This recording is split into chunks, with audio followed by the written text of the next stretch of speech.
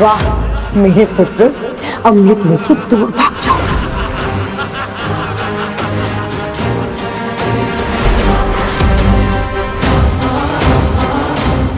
देवताओं, पीछा करो।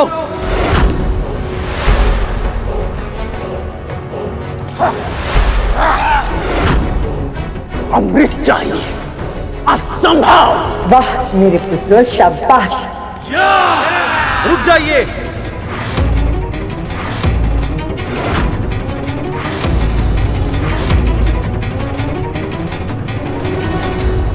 ये क्या किया आपने महाराज बलि? संधि के नियमों का उल्लंघन कर दिया। क्षमा करे धर्मंत्री देव, पर ये देवता भी तो सदैव हमारे साथ छल करते आए हैं।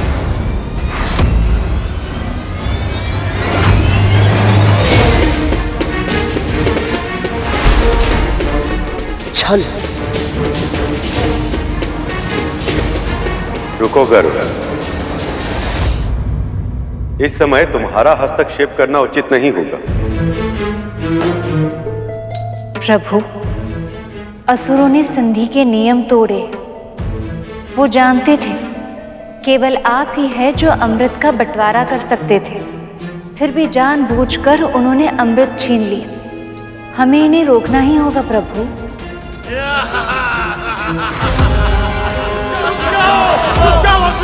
उन्हें रोकना होगा देव, पर इस तरह नहीं। ये मंथन देवताओं और दानवों की संधि के कारण हुआ, इसलिए समस्या का समाधान भी देवताओं को स्वयं खोजना होगा। परंतु हां, यदि वे ऐसा करने में विफल हुए और उन्होंने मुझसे सहायता मांगी, तब मैं उनकी सहायता अवश्य करूंगा।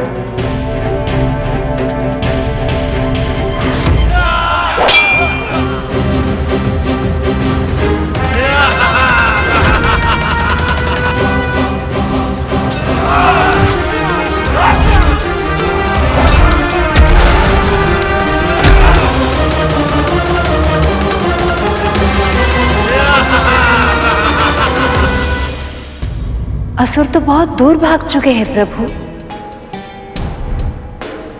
यदि इंद्रदेव के पहुंचने से पहले असुरों ने अमृत पी लिया तो?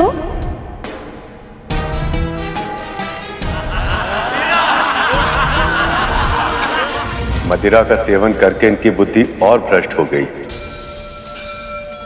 अमृत इनके हाथों में, फिर भी वो उसे पी नहीं रहे। इनकी दृष्टि में केवल देवताओं से अमृत छीनना और उन्हें अमृत से वंचित रखना ही महत्वपूर्ण है, पर अमृत का उपयोग अपने लिए करें, ऐसा विचार तक इनके मन में नहीं।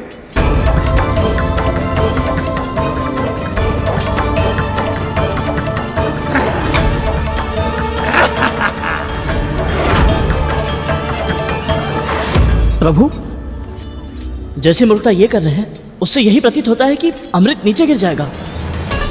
ना ही देवताओं को मिल पाएगा, ना ही असुरों को। ऐसे में कब तक हम चुपचाप ये अनर्थ सहते रहेंगे?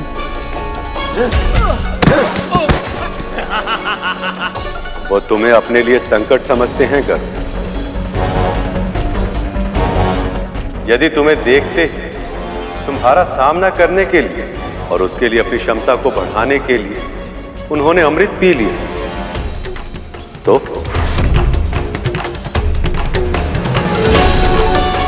फिर उपाय क्या है प्रभु?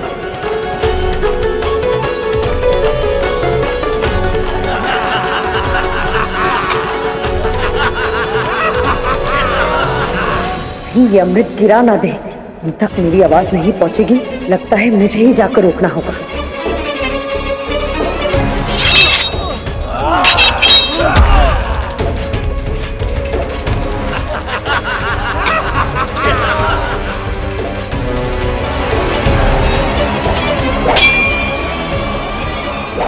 बलि को पराजित करने में समय लगेगा, और इस समय सबसे अधिक महत्वपूर्ण समय ही है।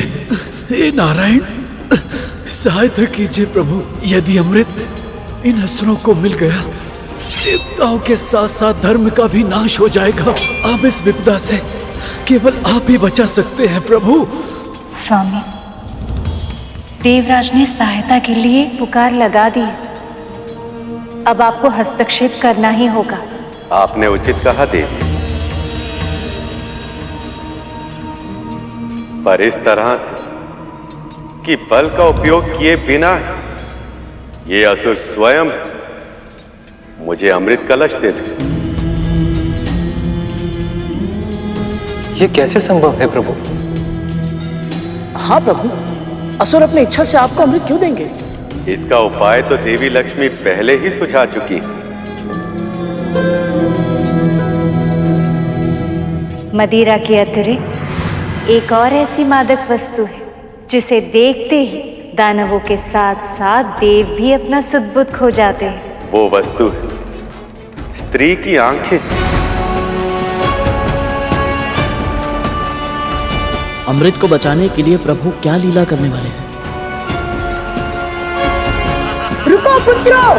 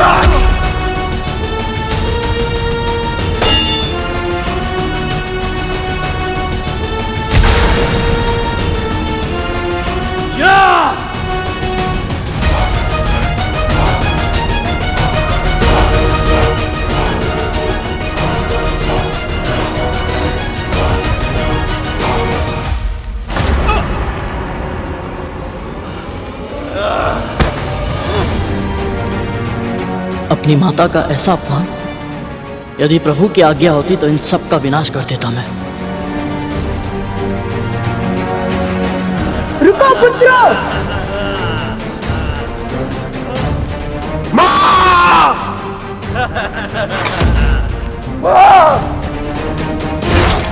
आप ठीक तो है? चलिए चलिए यहाँ से उठिए, चलिए आइए।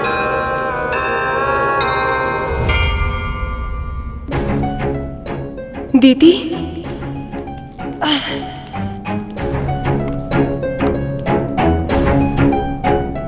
तुम ठीक तो हो?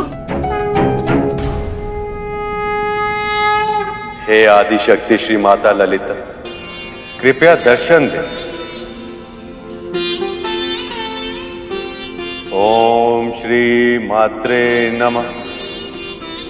ओम श्री मात्रे नमः। ओम श्री मात्रे नमः।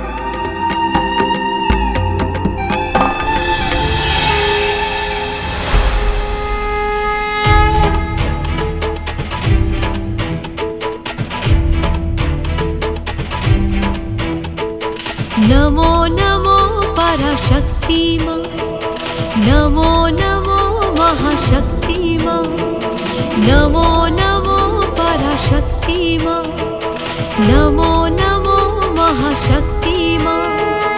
विष्णु, आपने जिस उद्देश्य से मेरा आह्वान किया है वो मैं जानती हूँ, और इसीलिए मैं आपको अपने स्वरूप का एक अंश प्रदान करती हूँ। उससे उत्पन्न हुआ आपका मोहिनी रूप आपके मनोरथ को अवश्य सफल करेगा। आपका बहुत बहुत आभार माता।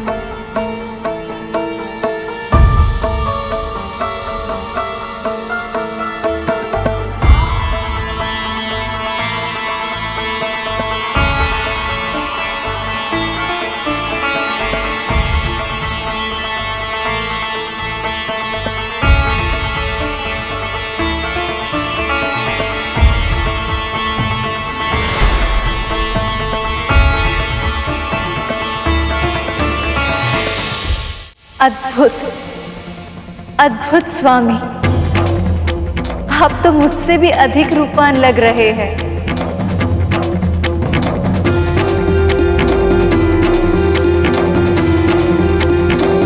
प्रभु,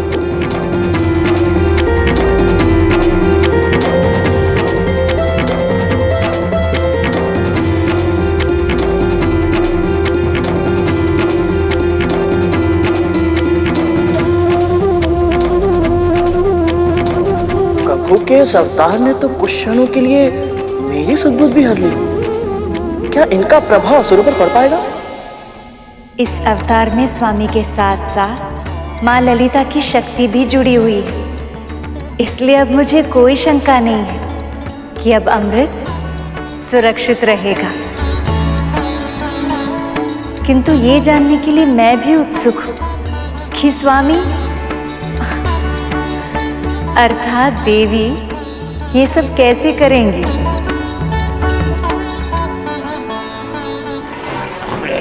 मुझे दो, मुझे पान करना है। मुझे दो, मुझे पान करना है। इस पात्र को कोई हाथ नहीं लगाएगा। इसका पान पहले मैं करूंगा। पात्र मुझे दो। भैया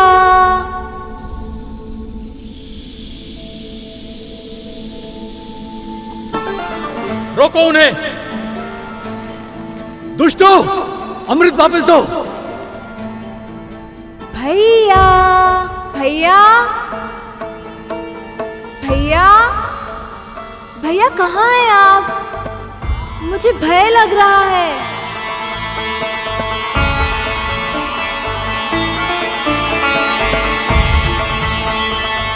भैया भैया कहाँ हैं आप?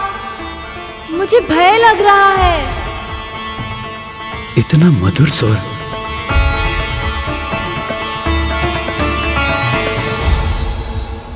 भैया, जब स्वर का ही प्रभाव इतना अधिक है तो फिर ये सब देवी मोहिनी को देखेंगे तब क्या होगा?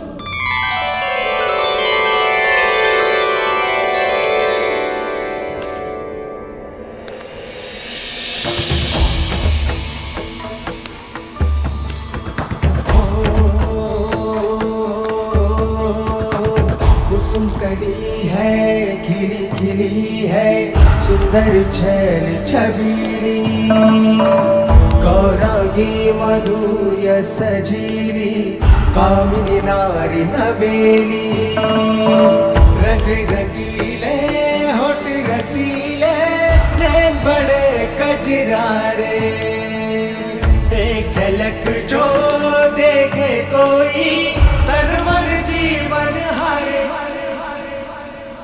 मोहिनी आई, मन को मोहने आई, मोहिनी आई, मन को मोहने आई, मोहिनी आई, मन को मोहने आई, मोहिनी आई, मन को मोहने आई।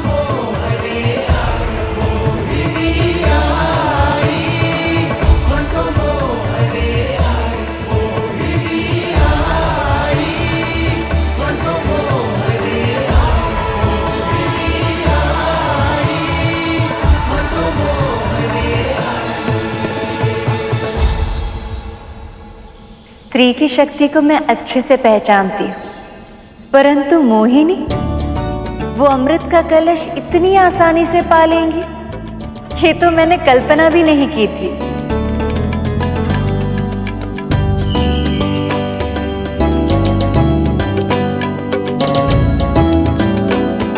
प्रणाम मामी श्री। सखी, आप सब यहाँ? जैसे ही ज्ञात हुआ कि मामा श्री इतनी अद्भुत लीला कर रहे हैं, हमसे रुका ही नहीं गया और हम चले आए यहाँ आपके साथ इस अनोखी लीला का साक्षी बनने। मामा जी का ये अवतार तो किसी शीला को भी अपनी ओर आकर्षित कर ले। अद्भुत है देवी मोहिनी, अद्भुत है।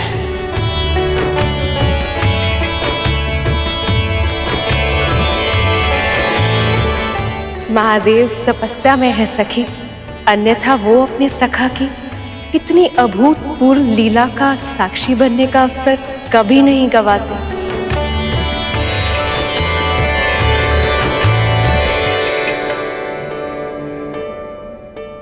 अरे अरे संभाल के, अभी ये कलश फूट जाता तो।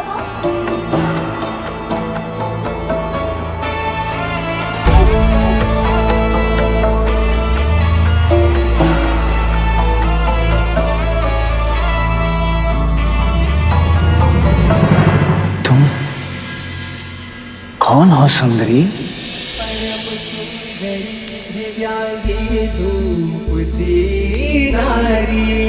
चंचला दिव्य अप्सरा मुस्कुराती रूप सी नारी, शोभनीय सुमुख रंगीली प्रिय दर्शन मुख प्यारा, एक बार जो देखे मुखड़ा वह भूले सुध बुध सारा, रंग रंगीले होठ रसीले रे बड़े गजरारे, एक झलक जो दिखे तुझको तन मन जीवन हारे। मोहिनी आई मन को मोहने आई, मोहिनी आई मन को मोहने आई, मोहिनी आई मन को मोहने आई, मोहिनी आई मन को मोहने। मैं? मेरा नाम मोहिनी। मोहिनी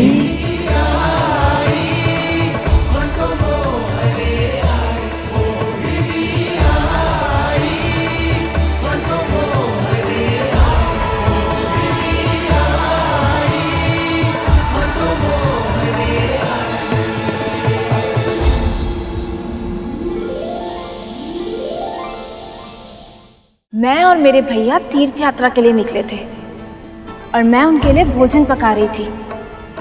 तभी अचानक मुझे तीव्र प्यास लगी।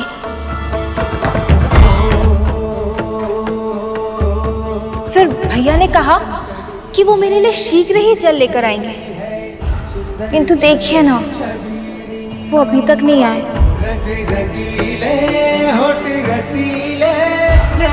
देखिए ना, पता नहीं कहाँ रह गए।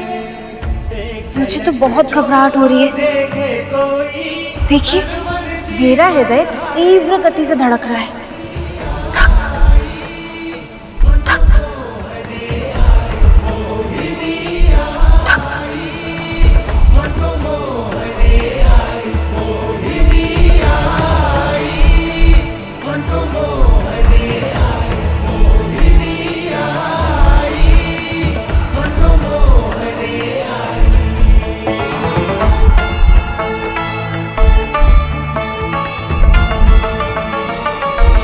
देवी मोहिनी के मनमोहक स्वरूप को देखकर असुरों को मोहित तो होना ही था, परंतु देवता भी इतने शीघ्र अपनी सुदबुद खो देंगे ये मैंने सोचा ही नहीं था। हमने स्वयं प्रभु को मोहिनी स्वरूप धारण करते हुए देखा था, फिर भी हम उनकी सुंदरता में खोकर सम्मोहित हो गए। तो फिर गरुड़, ये देवता तो जानते भी नहीं है कि जो स्त्री इनके दृष्टि के सामने है उसका निर्माण स्वयं परम प्रभु विष्णु और मां ललिता के अंश से हुआ है। ऐसे में इनका सब कुछ भूल जाना और देवी के रूप में सम्मोहित हो जाना स्वाभाविक ही है। और प्रभु भी तो चतुर है। वो जानते हैं विपदा से घिरी स्त्री को देखकर देवगण अपनी आंखें नहीं फेर सकते। तभी तो कैसे अबला नारी होने का स्वांग रच रहे हैं। लगता है इन्हें बहुत आनंद आ रहा है।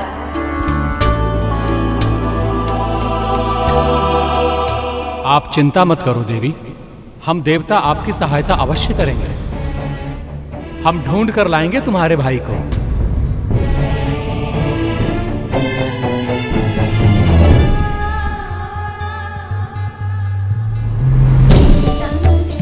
सत्य? आप कितने अच्छे।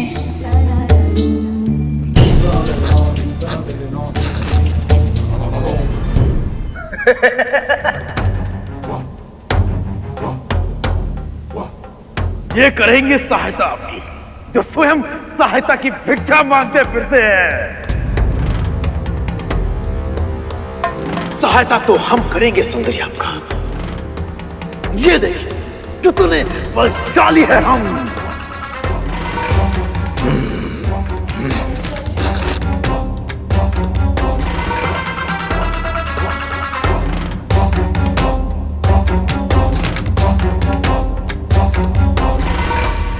ये पुरुष कब समझेंगे कि स्त्री के मन को तन की शक्ति से नहीं जीता जा सकता।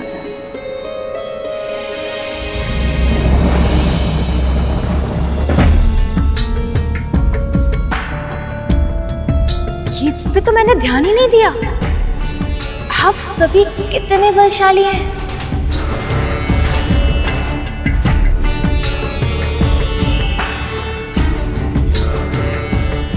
केवल तन की शक्ति है इनके पास, ना तो मन में संयम और ना ही मस्तिष्क में बुद्धि।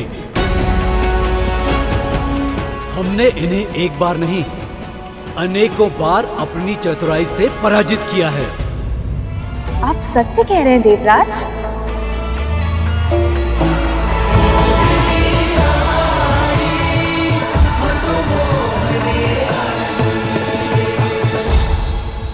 अपने सत्य का शंख बजाने की आतुरता में इंद्रदेव सुंदरी को यह बताना भूल ही गए कि इनका वैभव, संपदा, ऐश्वर्य, यहाँ तक कि स्वर्ग भी ये हमसे हारे हुए हैं। ये केवल छलिया है, छलिया। छल तो तुमने किया था हमारे साथ। संजीवनी विद्या का सहारा लेकर हमसे युद्ध किया था तुमने। यदि आदर्श योद्धा होते तो। सुंदरी के सामने आते ही आदर्शों की बात करने लगे देवराज इंद्र। यदि मैं इन्हें बता दूं कि कैसे कैसे छल किए हैं तूने हमारे साथ, तो ये तुम्हारी ओर दृष्टि भी नहीं डालेंगी, है ना सुंदरी? ये सब तो अमृत को छोड़कर देवी मोहिनी के लिए लड़ने लग गए। अच्छा, तो देवी सामने है, इसलिए हम पर झूठा लांछन लगाना चाहते हो। पर सच तो ये है कि हमने कभी कोई छल किया ही नहीं तुम असुरों के साथ, और जो हुआ है वो तुम्हारे अपने कर्मों का ही परिणाम था। सुंदरी के दृष्टि में आदर्शवादी बनने का प्रयत्न कर रहे हैं। और वैसे भी बात करने के अतिरिक्त इन्हें आता भी क्या है? साहस है तो बाहुबल से युद्ध करो। आओ। बस बस बस कीजिए।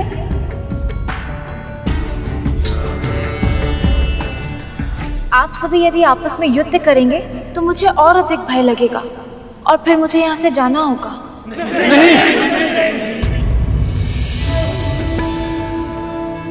मत जाओ। बैठ जाइए, बैठ जाइए।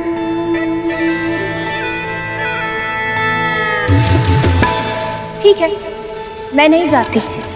तो वचन दीजिए कि आप सब आपस में नहीं लड़ेंगे।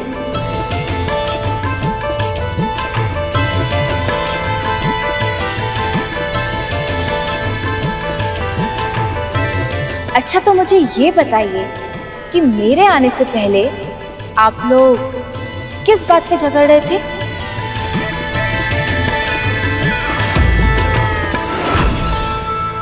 ये अमृत कलश है देवी,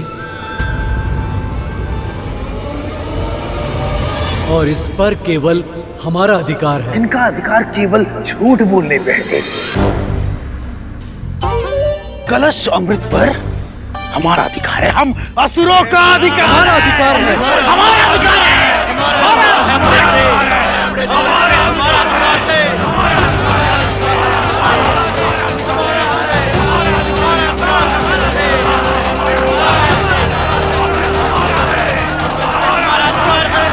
हमारा अधिकार है, हमारा अधिकार है। अरे अरे, आप लोग तो फिर से लड़ने लग गए।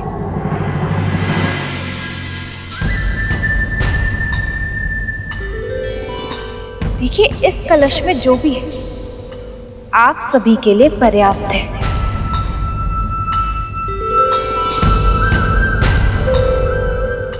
तो फिर आप सभी इसे बांट क्यों नहीं लेते? यदि इस कलश में सच में अमृत है तो आप दोनों पक्ष हमेशा के लिए अमर हो जाएंगे।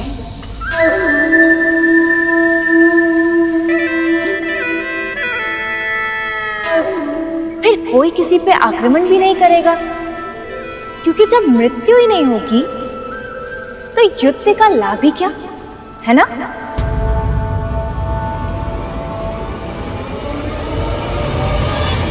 हाँ, ये तो हमने सोचा ही नहीं था। सचमुच ये तो बहुत ही उत्तम सुझाव है देवी। उचित सुझाव है दीदी।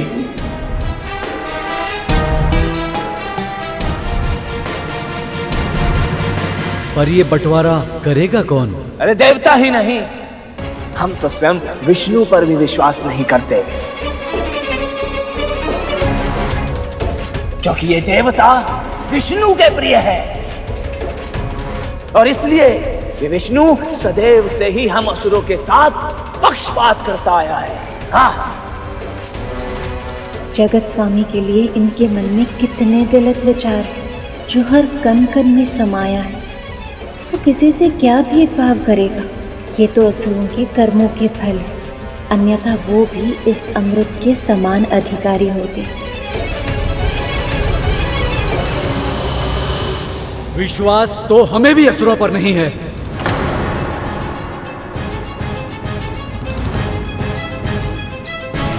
परंतु दोनों ही पक्ष एक दूसरे पर तनिक भी विश्वास नहीं करते, तो फिर ऐसे में अमृत का बंटवारा कैसे होगा मां? यदि आप सभी को मुझ पर विश्वास है तो इस अमृत का बंटवारा मैं आप लोगों के लिए कर सकती हूँ, और बदले में आप सभी मुझे मेरे भाई से मिलवा दीजिए।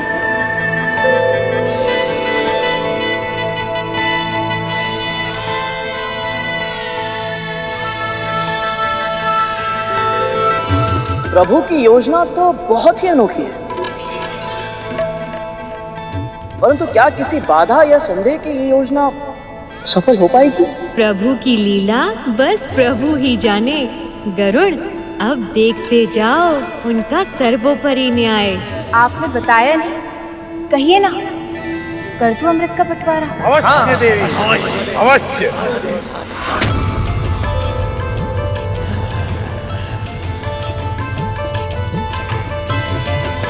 और आप देवता कर, कहिए ना, कर दूं अमृत का बंटवारा?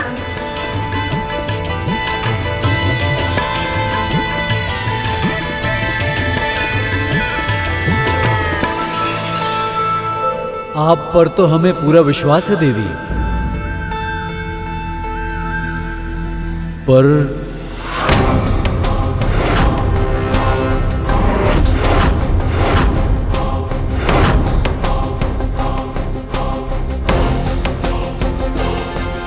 देवराज इंद्र और अन्य देवताओं का स्वभाव असुरों के समान नहीं है। इन्हें देवी मोहिनी से मोह अवश्य है, परंतु अमृत का आकर्षण भी है। ये कभी नहीं चाहेंगे कि अमृत का बंटवारा हो, और वो भी असुरों के साथ। यदि इन्होंने देवी मोहिनी को मना कर दिया तो प्रभु की सारी योजना ही असफल हो जाएगी ना। गरुड़, शेष, चिंता मत करो। देवी मोहिनी के इस मनमोहक रूप में प्रभु के साथ साथ मां ललिता का अंश भी सम्मिलित है।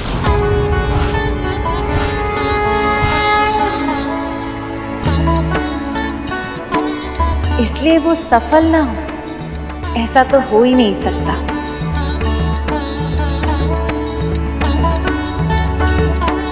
पर क्या आपको मुझ पर विश्वास नहीं है?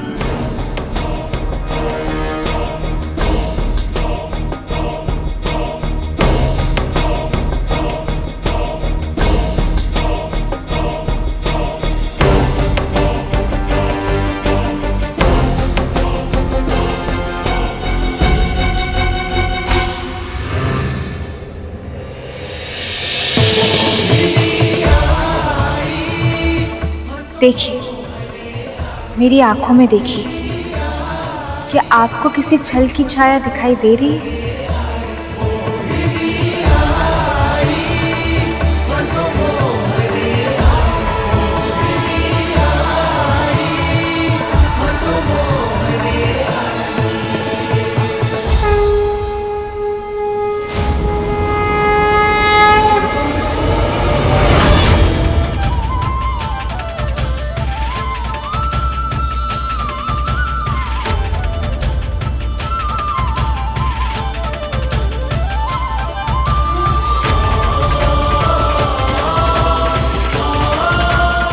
प्रभु,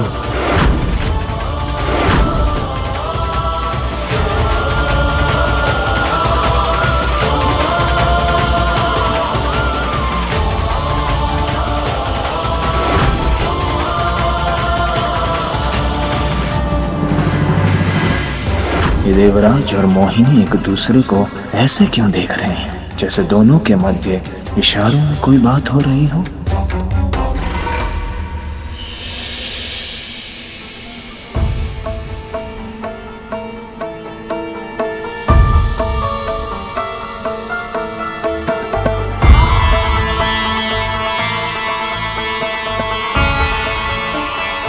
प्रभु के बाद तो आप पर ही भरोसा है देवी मोहिनी।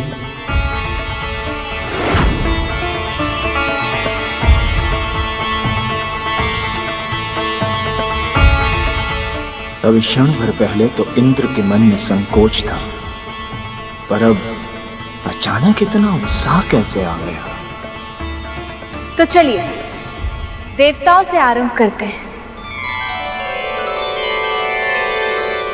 परंतु सुंदरी, ये अमृत कलश पहले हमें मिला था, इसलिए अमृत भी पहले हमें ही मिलना चाहिए।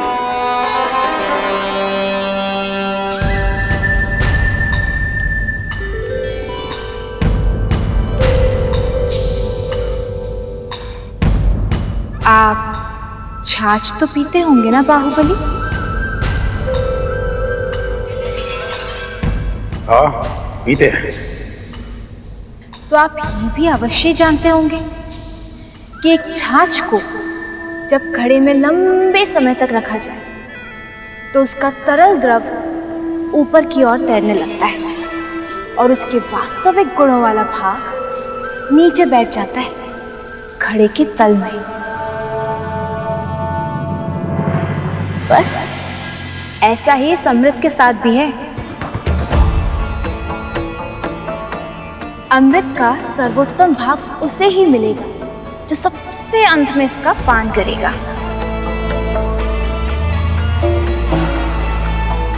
पर यदि अंत तक आते आते अमृत समाप्त हो गया तो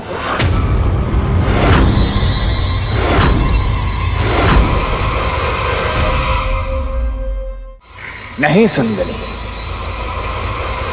अमृत का वितरण तो हम असुरों से ही आरंभ करना होगा आपको।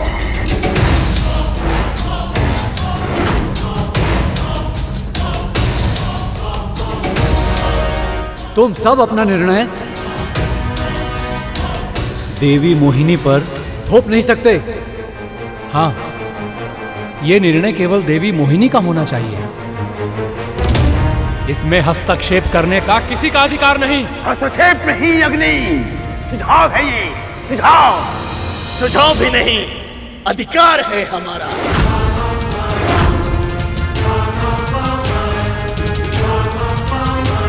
मुझे तो लगा था कि असुर पूरी तरह से सम्मोहित हो चुके हैं, परंतु ये तो अपनी आशंकाओं के जाल में स्वयं ही उलझ रहे हैं, साथ ही साथ प्रभु को भी उलझा रहे हैं। माँ, ऐसे में देवी मोहिनी के लिए देवताओं को अमृत बांटना सरल नहीं होगा। और ये राहु, ये तो सबसे बड़ा धूर्त है। ऐसे में प्रभु क्या करेंगे माँ? असुर जिस असुरी शक्ति पर गर्व करते हैं, उसका सबसे बड़ा तत्व क्रोध है। और क्रोध किसी भी प्राणी के सोचने की और समझने की शक्ति को समाप्त कर देती है। मैं प्रभु के मन को जानती हूँ। वह असुरों के विरुद्ध उनके सबसे बड़े अवगुण क्रोध का प्रयोग करेंगे। तुम देवता हमारे विरुद्ध सुंदरी को भड़का रहे हो, और तुम असुर देवी मोहिनी के भोलेपन का लाभ उठा रहे हो। हमारा अधिकार है।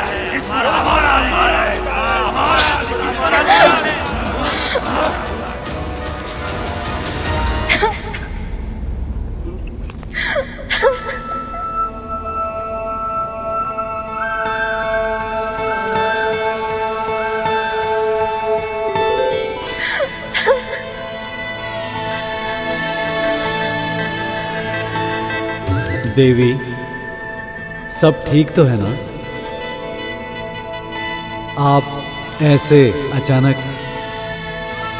एक तो पहले से ही मेरे भैया खो गए, ऊपर से आप लोग आपस में लड़ाई करके मुझे और भयभीत कर रहे हैं।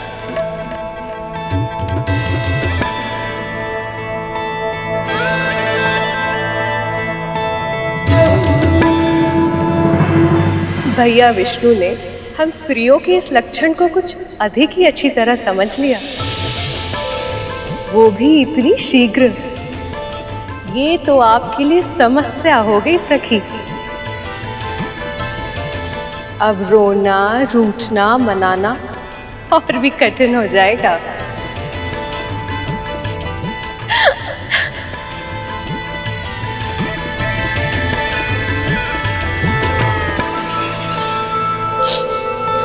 मैंने सोचा था कि मैं प्रसन्नता से इस अमृत का वितरण करूंगी और आप लोग शांति पूर्वक इसे ग्रहण करेंगे। आपका भी कार्य हो जाएगा और मेरा ध्यान भी बढ़ जाएगा। किंतु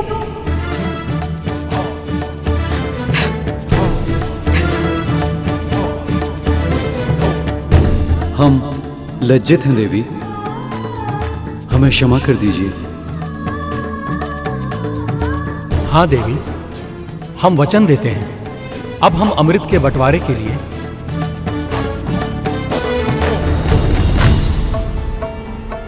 असुरों से झगड़ा नहीं करेंगे।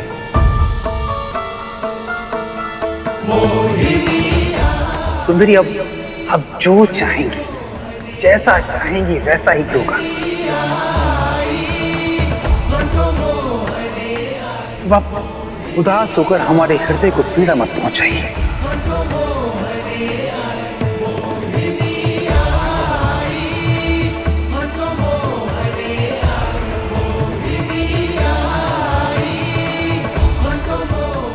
सत्य क्या है और असत्य क्या, देवता का मोह क्या और असुरों की माया क्या, मुझे सब ज्ञात है। किंतु संसार के संतुलन के लिए असुरों को अमृत मिलेगा या नहीं, वो आगे उनके कर्म निर्धारित करेंगे।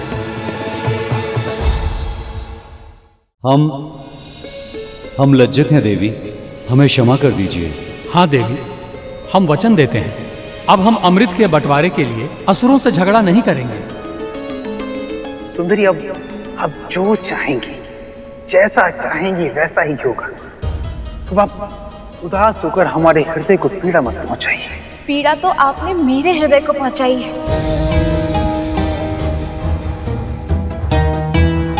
मैंने पहले ही कहा था कि आप लोग लड़ाई नहीं करेंगे, किंतु आप में से किसी ने नहीं सुना। चलिए क्षमा मांगिए, कान पकड़ के उठक बैठक करिए।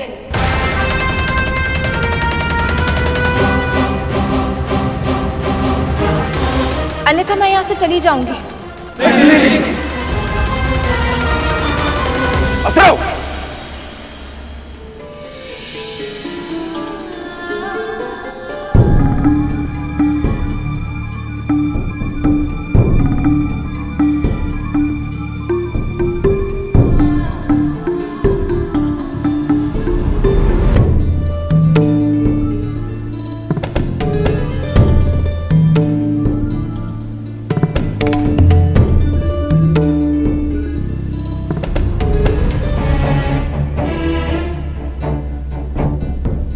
आप भी कीजिए।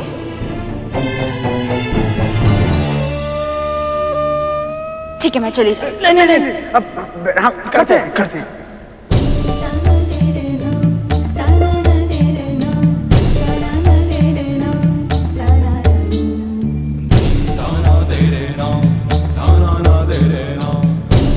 प्रभु ने सही कहा था कि मदिरा के अतिरिक्त एकमात्र स्त्री के नयन ही है जो असुरों से तो क्या देवताओं से भी कुछ भी करा सकते हैं।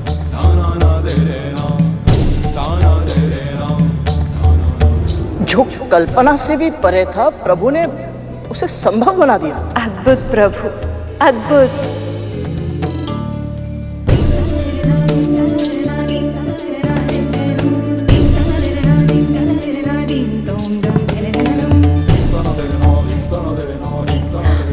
बस इतना दंड पर्याप्त है।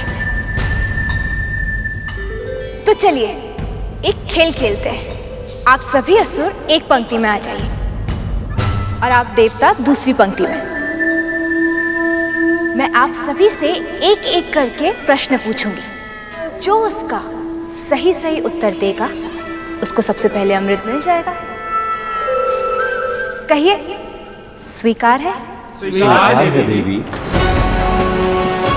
आपको स्वीकार है? स्वीकार है।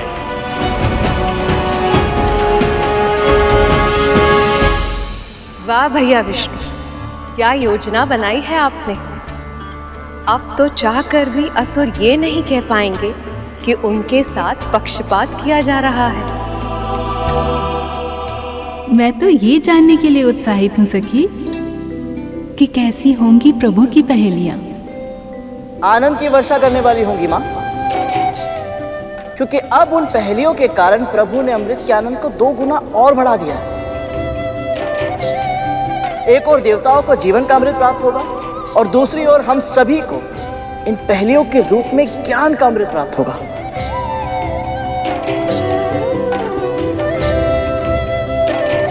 सीखने की अद्भुत ललत है तुम में करुण।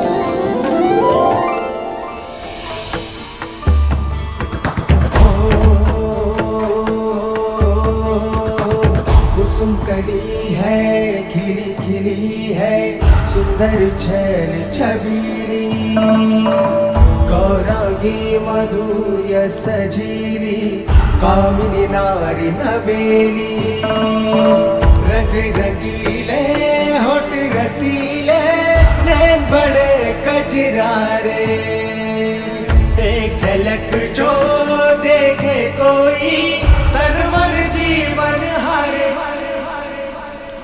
मोहिनी आई मन को मोहने आई, मोहिनी आई मन को मोहने आई, मोहिनी आई मन को मोहने आई, मोहिनी आई मन को मोहने आई, मोहिनी आई।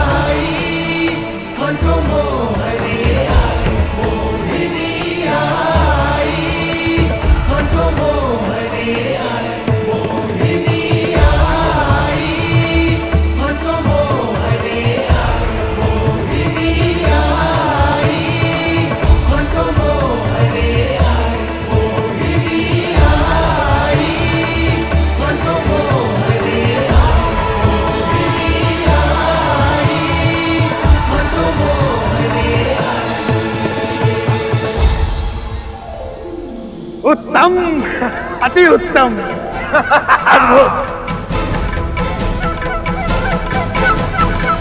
जो उत्तर बताए वो पुरस्कार पाए, जो अमृत पिए वो अमर हो जाए।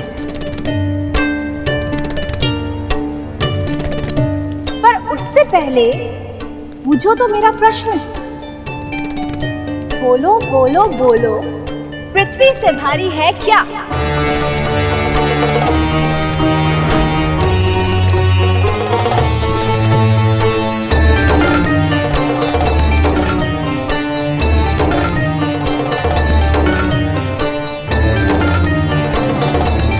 माँ का गौरव।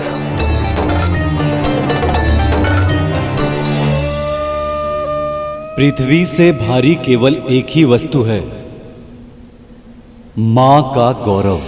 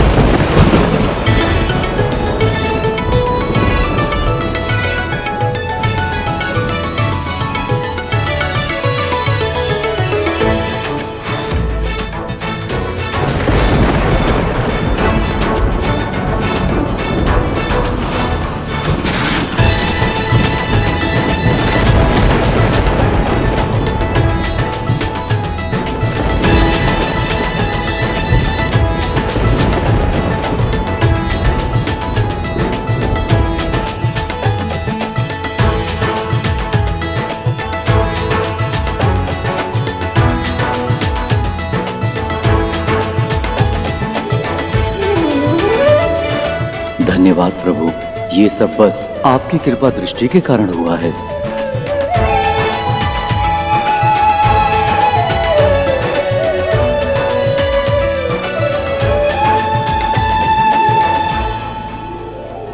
सबसे ऊंचा है आकाश, पर बोलो आकाश से ऊंचा क्या?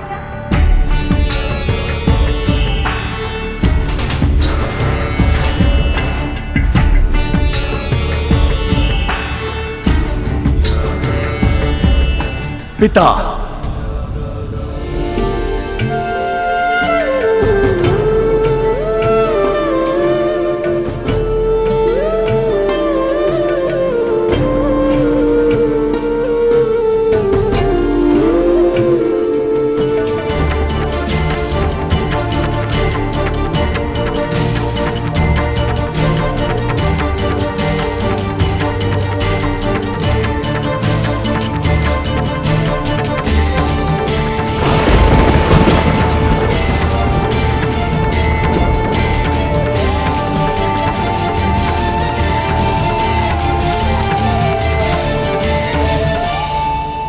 सबसे अधिक गति है वायु की, तो बोलो वायु से भी अधिक तीव्र गति से चलता क्या?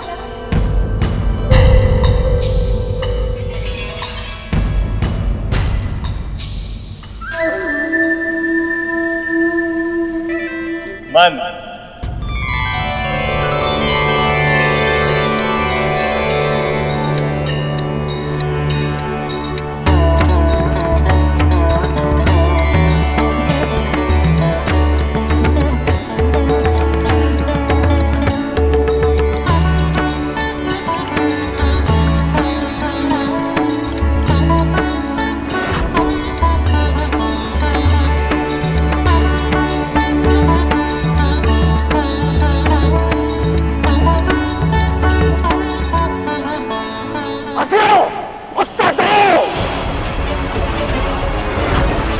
यह संभव है कि देवता सारा अमृत पान कर लेगी।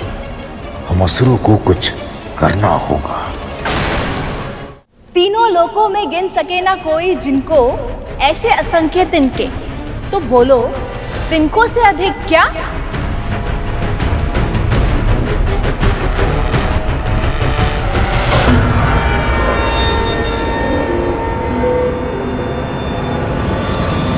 चिंता।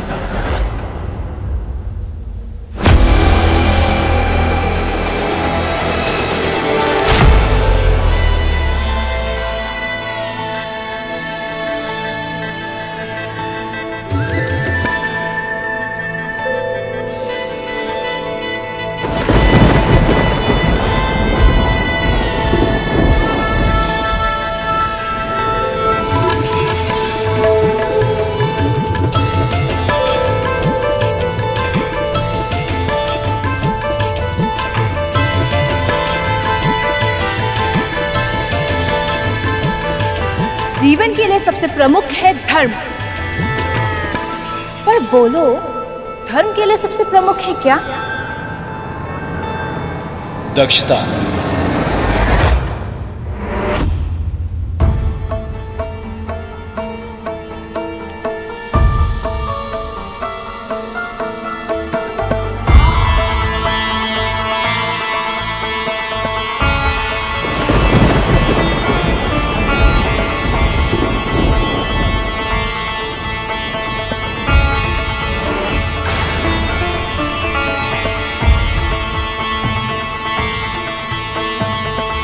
व्यक्ति को सबसे प्रमुख है यश, पर यश के लिए आवश्यकता क्या?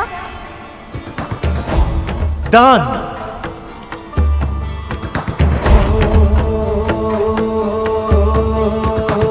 कुसुम कली है, खिली खिली है, सुंदर छैल छबीली, गौरांगी मधुर्य सजीली, कामिनी नारी नवेली, रंग रंगीले। हर प्राणी की अभिलाषा है स्वर्ग, पर स्वर्ग के लिए प्रमुख है क्या?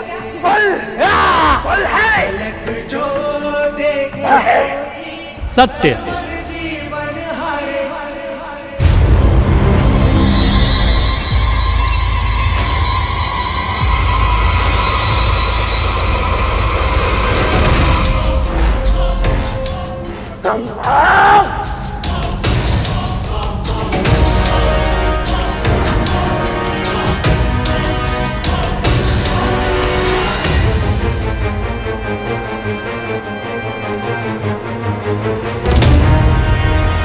सभी की आशा है सुख, पर सुख का साथी क्या? शील।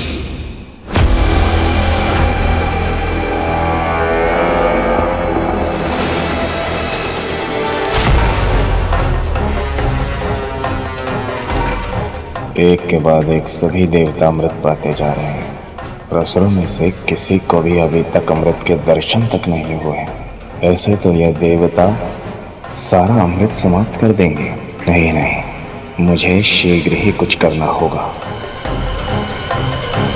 परम सुंदरी दिव्यांगी धूप सी नारी, चंचला दिव्य अप्सरा मुस्कुराती, दिव्य अप्सरा मुस्कुराती, रूप सी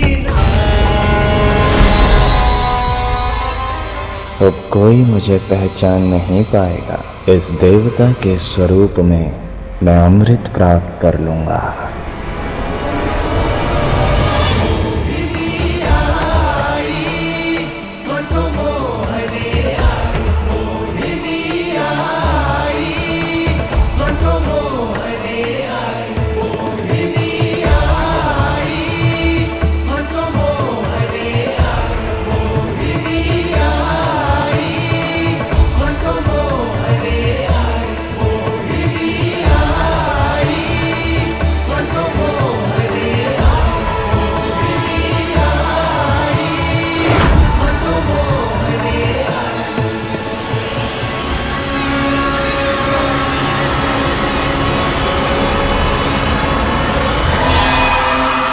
देवताओं की पंक्ति समाप्त होने वाली है।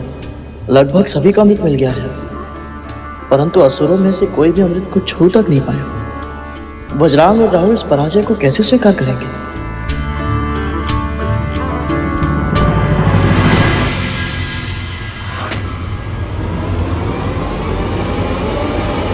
राहु कहाँ है?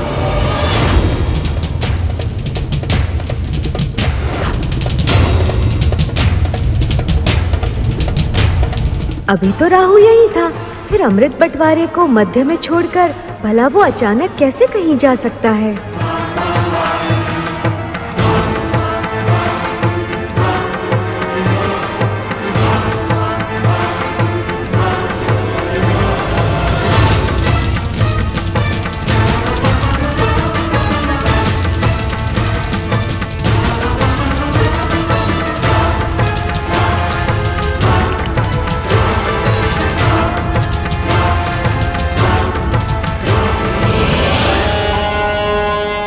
जब कोई देवता प्रश्न का सही उत्तर देगा तो मैं अवसर देखकर अमृत पान कर लूंगा।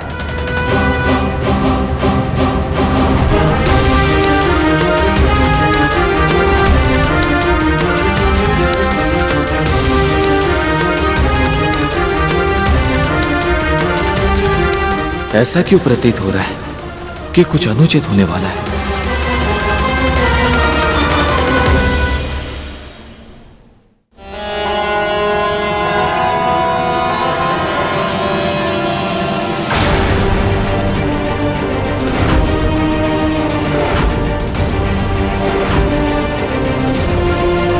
राहु राहु क्यों नहीं है यहां?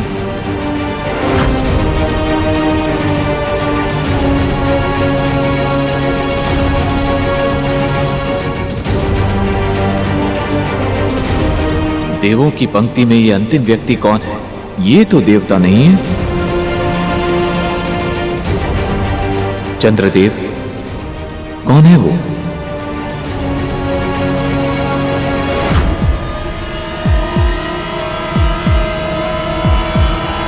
रुक जाइए देवी मोहिनी।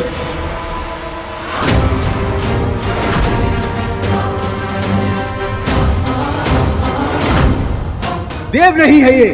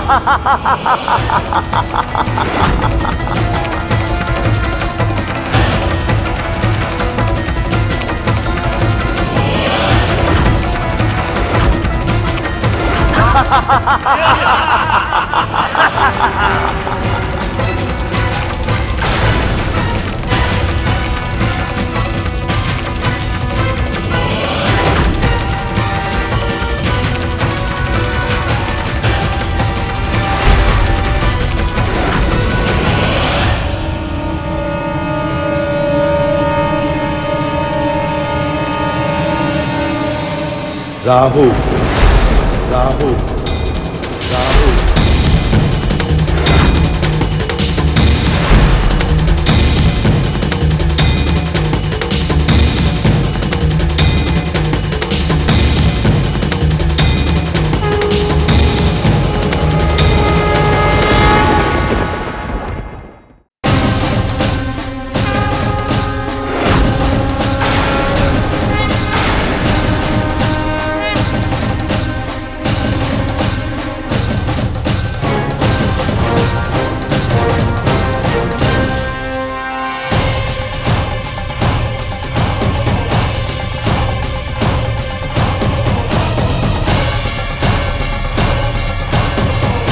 कितना छल हुआ हमारे साथ। इसका अर्थ देवी मोहिनी विष्णु है।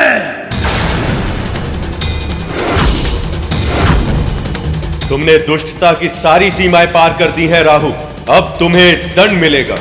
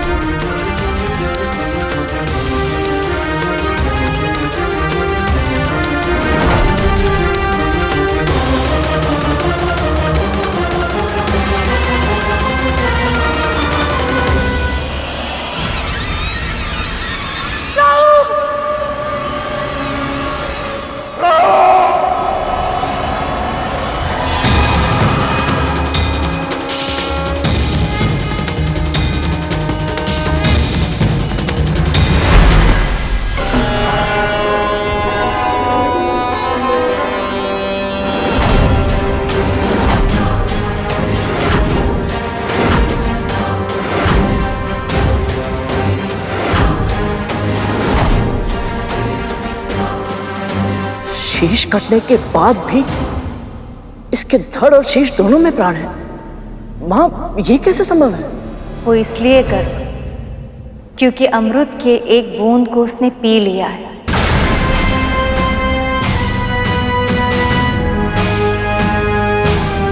अब इसकी मृत्यु कभी नहीं होगी, पर स्वयं प्रभु के सुदर्शन चक्र ने इसे 2 भागों में विभाजित किया है। इसलिए अब पूरी सृष्टि में कोई भी कभी भी इसे जोड़ नहीं पाएगा। अब ये सदैव 2 भागों में विभाजित रहेगा।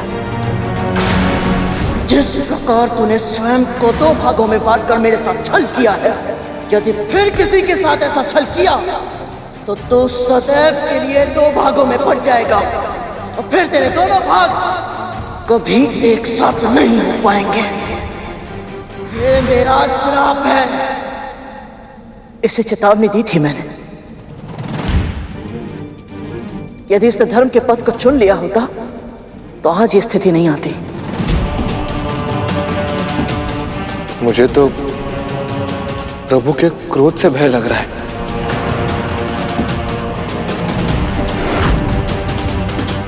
छल, फिर से छल किया है तूने विष्णु मेरे साथ। मेरा शीश काटकर तूने यह सिद्ध कर दिया है कि हम असुरों के साथ तू कभी न्याय कर ही नहीं सकता।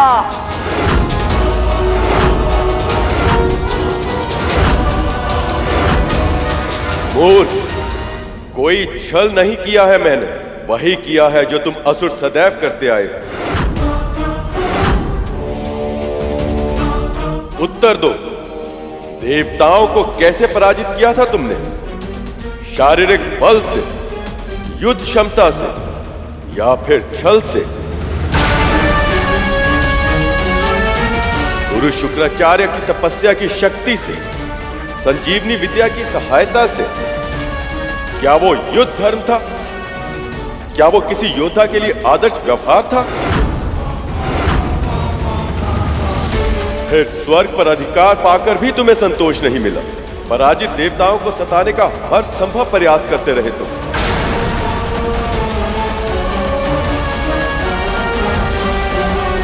यहां तक कि अपनी मां समान देवी अदिति की तपस्या भंग करते समय उनके प्राण तक लेने का प्रयास किया। देवताओं की माता अदिति ये भीषण तप अपने पुत्रों को स्वर्ग का सिंहासन पुनः दिलाने के लिए कर रही है, परंतु उन्हें ये स्मरण नहीं है कि हम उनका ये उद्देश्य कभी पूर्ण नहीं होने देंगे।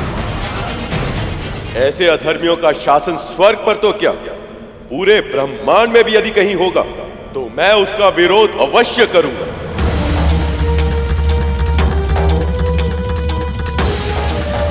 संधि के नियमों के अनुसार देवताओं और असुरों को दोनों को एक साथ मिलकर क्षीर सागर का मंथन करना था, किंतु जब देवता मेरे विवाह में व्यस्त थे तब असुरों ने संधि के नियमों को तोड़कर अमृत को चुराने का षड्यंत्र रचा।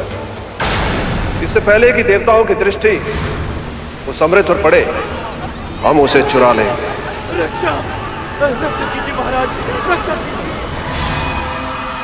धनवंतरी के साथ छल करके कलश छीन लिया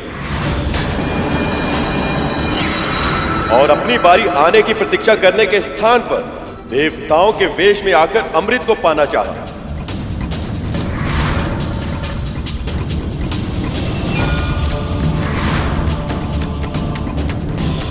जो स्वयं छल पर छल करता आया हो, उसे दूसरों के कार्यों पर आपत्ति उठाने का कोई अधिकार नहीं। अमृत का मर्म जाने बिना ही तुम सब अमर होना चाहते हो, पर केवल तन के जीवित रहने को अमरता नहीं कहते। सच्चे अर्थों में केवल वही प्राणी अमर होता है जो तन के ना रहने पर केवल अपने कर्मों के कारण अन्य प्राणियों के हृदय और मस्तिष्क में सदा सदा के लिए जीवित रहे।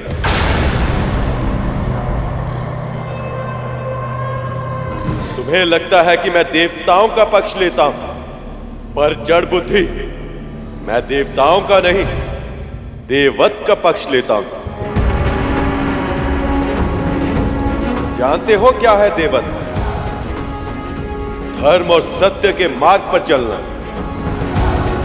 मन में दया का व्यवहार रखना, दूसरों के साथ परोपकार करना और अपनी शक्ति सामर्थ्य का उपयोग संसार के कल्याण के लिए करना।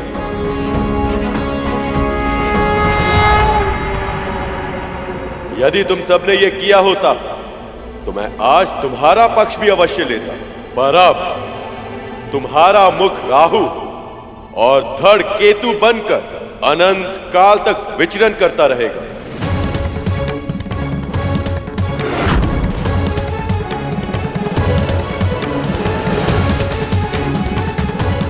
ताकि आने वाले समय में संसार को यह स्मरण रहे कि देववत के बिना अमृत को प्राप्त नहीं किया जा सकता।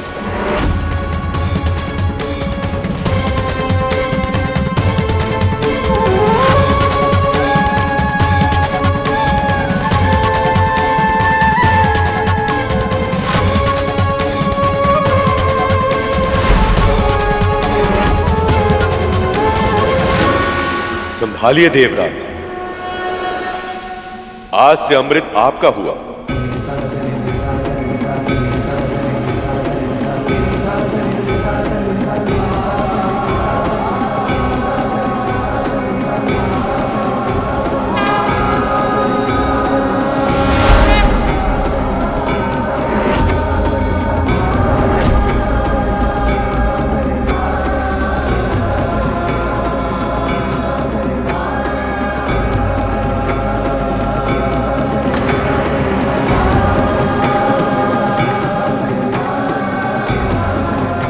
हे नारायण, आपने मेरे पुत्रों को अपना आशीर्वाद दिया, उनकी रक्षा की और उन्हें सामर्थ्यवान भी बना दिया, उन्हें अमर बना दिया आपने।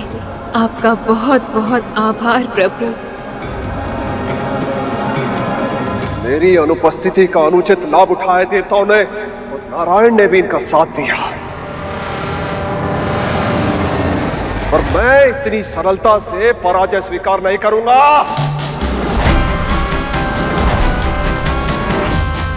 मैं अपना भाग्य बदलने जा रहा हूं मां। अमृत को प्राप्त करके रहूंगा मैं, किसी भी मूल्य पर।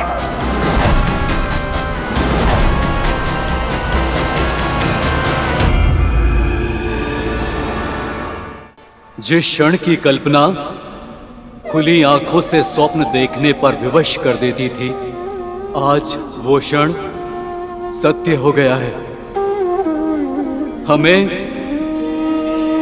हमें अमृत मिल गया है। और ये सब केवल आपके कारण संभव हुआ है प्रभु।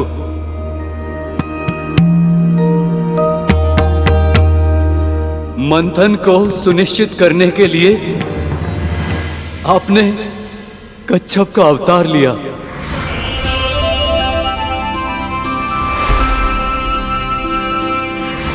धर्म की रक्षा करने के लिए देवी मोहिनी का अवतार लिया।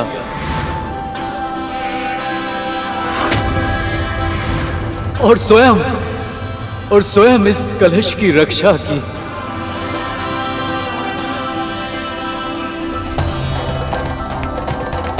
और हमें अमृत का पान कराया।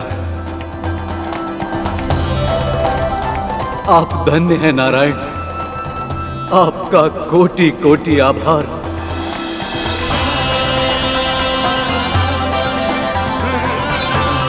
और अब मैं देवराज इंद्र अपने सभी देवताओं की ओर से आपको वचन देता हूं कि हम अपना दायित्व पूरी निष्ठा के साथ निभाएंगे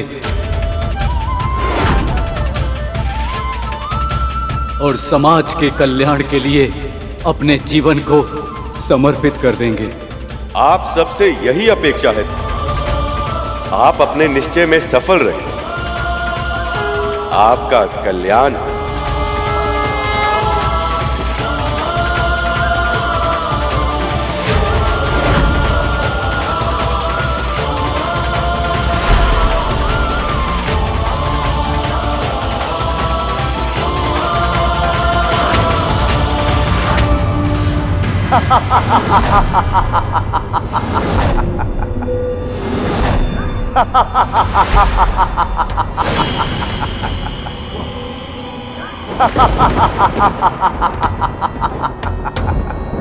तुम्हें क्या लगा तुम विजयी हो गए हो? पर ये तो बस एक झड़प थी। देवासुर संग्राम तो अभी शेष है और निरंतर चलता रहेगा अनंत काल तक। क्योंकि अब केवल तुम ही नहीं, मैं भी अमर हूं। अमर।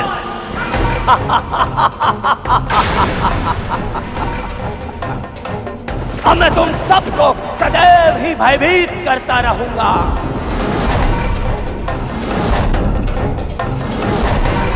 सूर्य और चंद्र ने मेरा भेद खोला था ना,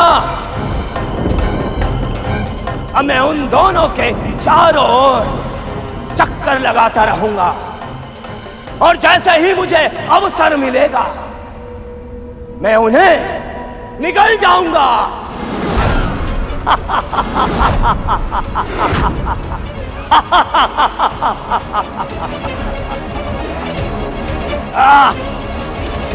कितना दुष्ट है ये राहु।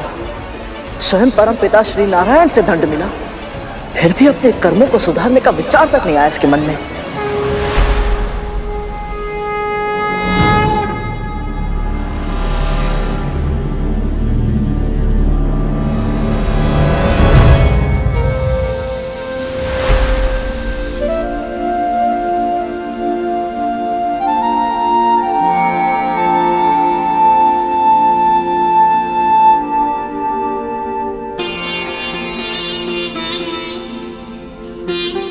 जिसके मन में अपने कर्मों को सुधारने का विचार आ जाए, वो असुर कैसे हो सकता है कर?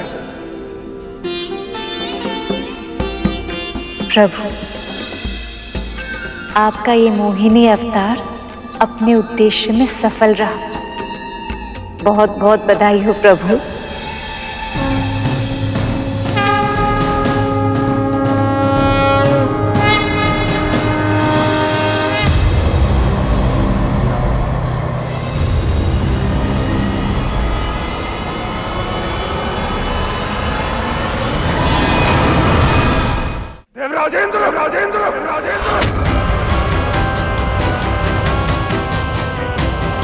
मेरी अनुपस्थिति में अमृत को पाकर स्वयं को चतुर समझ रहे हो?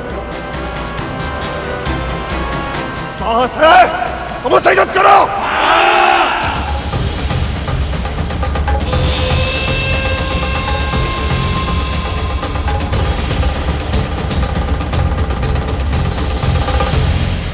आपने इन असुरों को कितने अवसर दिए, कितनी बार समझाया, कितनी बार इनके अपराधों को क्षमा किया, परंतु ये असुर ये समझना ही नहीं चाहते कि अमृत के योग्य ही नहीं। और आपके निर्णय के बाद भी अमृत छीनने के लिए इन्होंने देवताओं पर आक्रमण किया। प्रभु मुझे आज्ञा दीजिए, मैं इस युद्ध में भाग लेकर अमृत की रक्षा करना चाहता हूं, और आपके निर्णय के अपमान का परिणाम इन असुरों को भोगना ही होगा। आज्ञा दीजिए प्रभु। अमृत की एक भी बूंद ऐसे किसी भी प्राणी को नहीं मिलनी चाहिए जो इसके योग्य ना हो। जाओ कर, धर्म युद्ध तुम्हें पुकार रहा।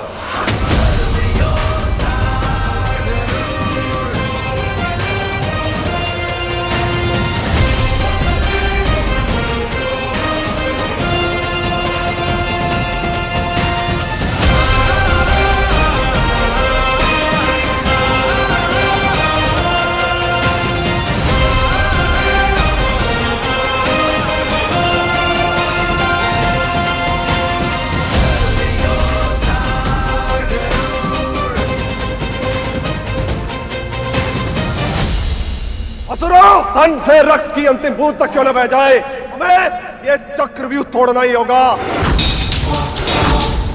अमृत को किसी भी मूल्य पर पाने का प्रयास करो। आसुरी शक्ति की, आसुरी शक्ति की। प्राणों की परवाह नहीं है देवताओं, अब हम अमृत पी चुके हैं। अब इसकी रक्षा करना हमारा कर्तव्य है, चाहे जो हो जाए। ये सुरक्षा कवच टूटना नहीं चाहिए। आक्रमण!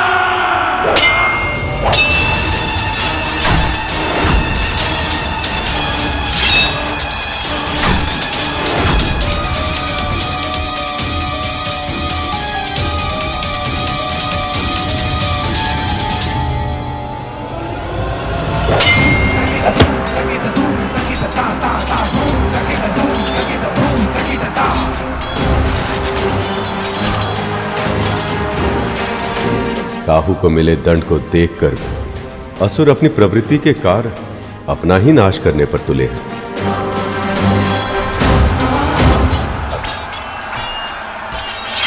जयंत, मेरे पुत्र,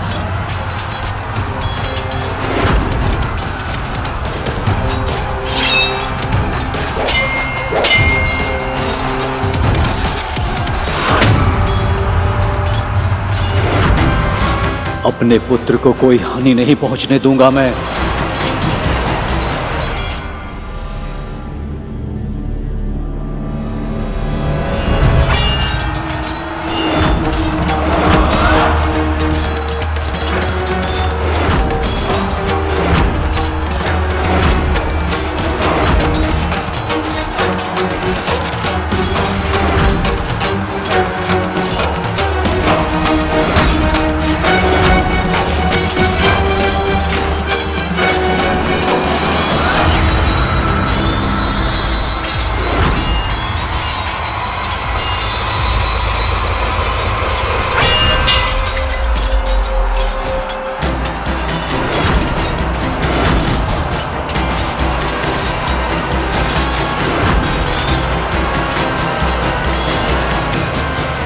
इंद्रपुत्र जयंत अभी भी बालक है प्रभु।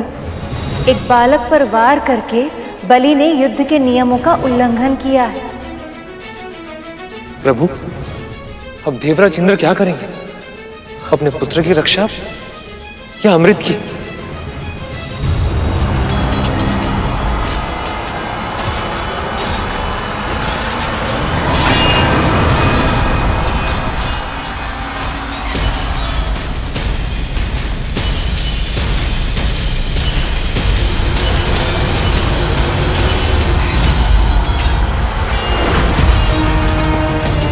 अमृत को इंद्र के साथ से छुड़ाना होगा।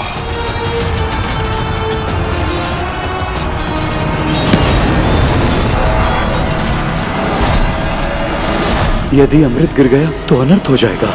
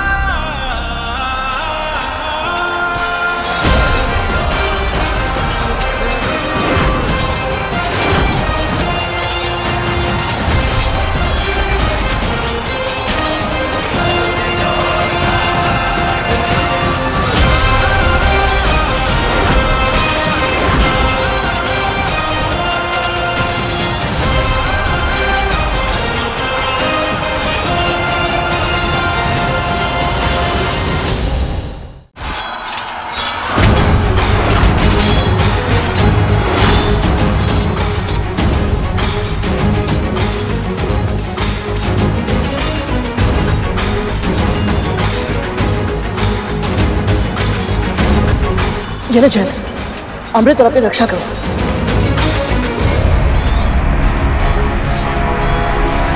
अमृत कलश अपने हाथों में लेने के बाद भी गरुड़ के मन में इसे पीने का विचार नहीं आया।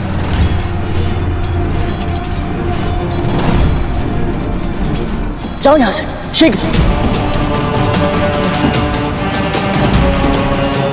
गरुड़, जयंत के साथ जाओ और अमृत को स्वर्ग तक पहुंचाने में उसकी सहायता करो। जाओ। देवराज, आप सच में चाहते हैं कि मैं अमृत लेकर जयंत के साथ जाऊं? हाँ गरुड़, जयंत अभी छोटा है और उसे तुम्हारी सहायता की आवश्यकता होगी और मुझे तुम पर पूरा विश्वास है। अब परीक्षा होगी गरुड़ के व्यक्तित्व की। क्या इस विश्वास का सम्मान कर पाएगा या अमृत के लालच में अमृत का पान कर लेगा? अब शीघ्रता करो और जाओ यहाँ से, जाओ। जो आज्ञा। चलो जयंत।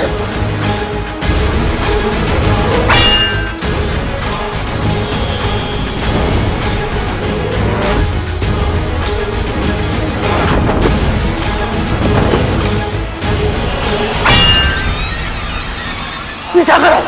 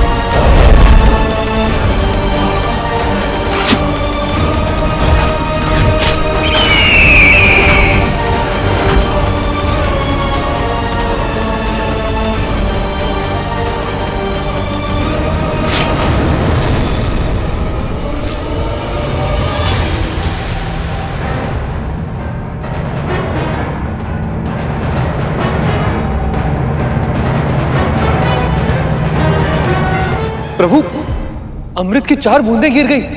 यह भी विधाता की योजना का भाग है शेष। भारत खंड के 4 नगर हरिद्वार, प्रयाग, उज्जैन और नासिक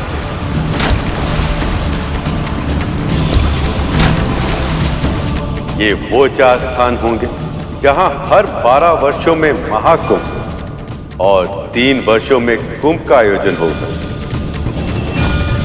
उस समय जो व्यक्ति भी इन स्थानों पर नदी में स्नान करेगा उसे अमृत प्राप्त होने के समान फल मिलेगा।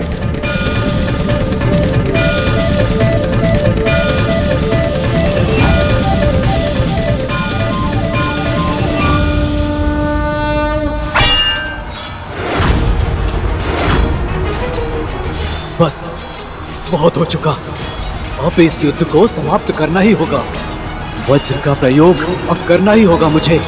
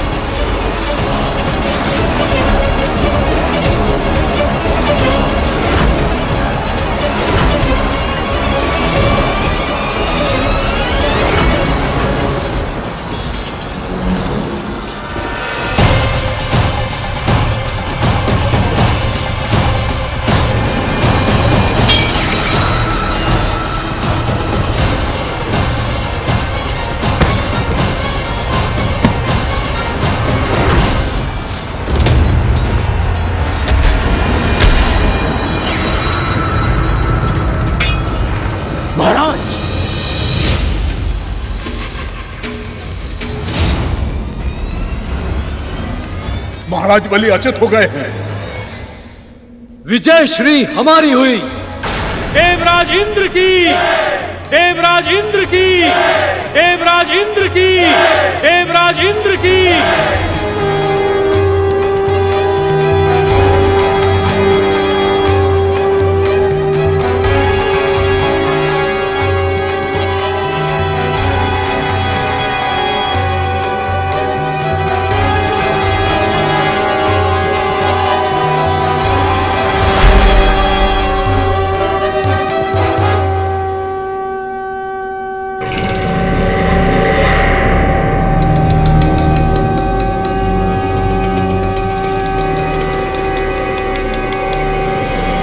ये देवराज इंद्र का शंखनाद है। तो क्या असुर सम्राट बलि पराजित हुए? अवश्य ही देवता जीत चुके हैं। उसके बिना ये विजय शंखनाद बजाना असंभव है। तो अब क्या करें हम?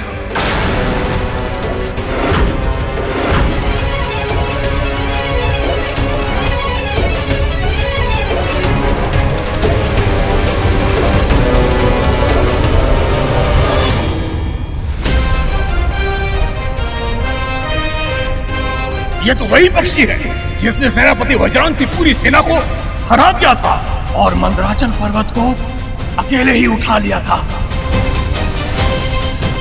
हे महादेव, हम इनका सामना कुछ असुरों के साथ कैसे कर पाएंगे? भागो, अपने प्राण बचाओ।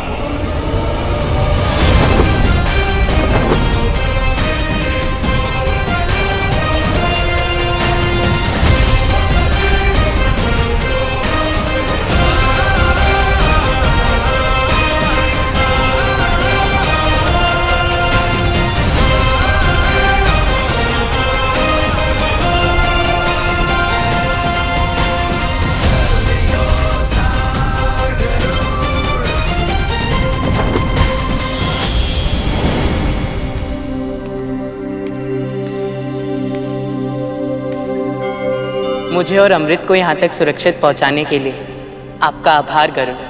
आभार की आवश्यकता नहीं है जैन, ये तो मेरा कर्तव्य था। चलिए इसे सुरक्षित भीतर रख देते हैं। नहीं जैन, स्वर्ग में प्रवेश करने का अधिकार अब तक मैंने अर्जित नहीं किया है। मेरा कर्तव्य तो बस तुम्हें और अमृत को यहाँ सुरक्षित पहुँचाना था, तो मुझे लौटना होगा। सचमुच आपकी कर्तव्य निष्ठा अद्भुत है गरुड़।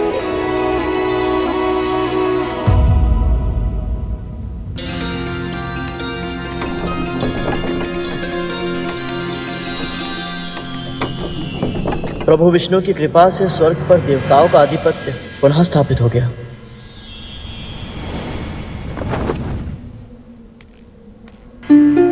इस अमृत को किसी सुरक्षित स्थान पर रखना होगा।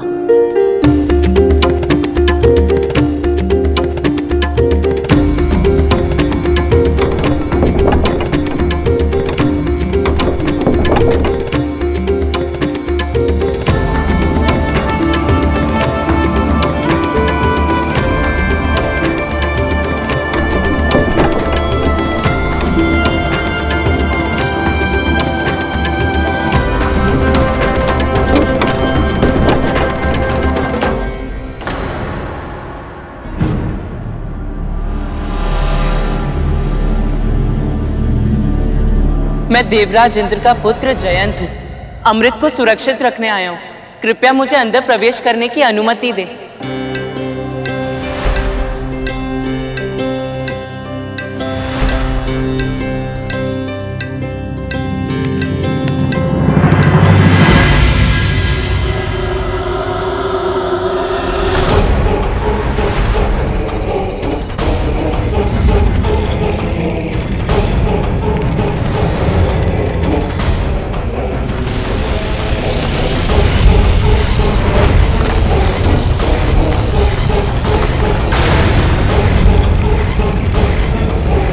ये दोनों सर्प की प्रतिमा पिताजी के भूलोक पर रहते सर्प भाइयों की तो नहीं हो सकती। अवश्य इन्हें स्वर्लोक की सुरक्षा के लिए बनाया गया है।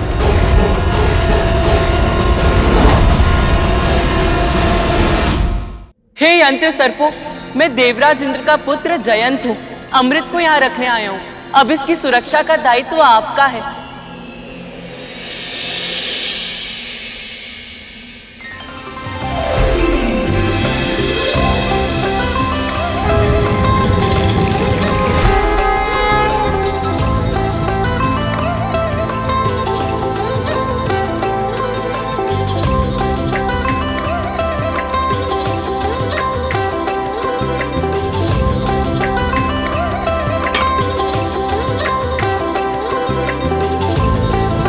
अब अमृत सुरक्षित हुआ।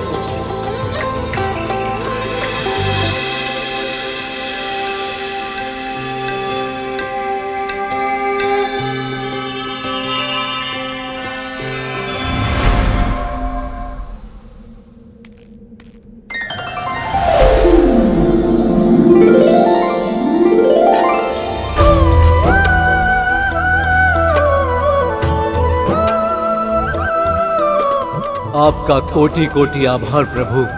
श्रीहीन, भाग्यहीन, परम दुख की अवस्था में हम देवता व्याकुल थे और ऐसी स्थिति में आपने हमारी पुकार सुनी। हम पे कृपा करके क्षीर सागर के मंथन जैसे असंभव कार्य को संपन्न किया। हम तो बस माध्यम थे प्रभु। ये विजय तो आपकी ही है। विनाश के मुहाने पर खड़े इस संसार को नया जीवन दिया है आपने। अनंत प्राणियों की रक्षा की है। आपकी जय हो प्रभु। आपकी सदा ही जय। गणेश, नारद, सखा, ब्रह्मदेव, गुरु बृहस्पति और आप सभी देवी देवताओं को मेरा बहुत बहुत आभार।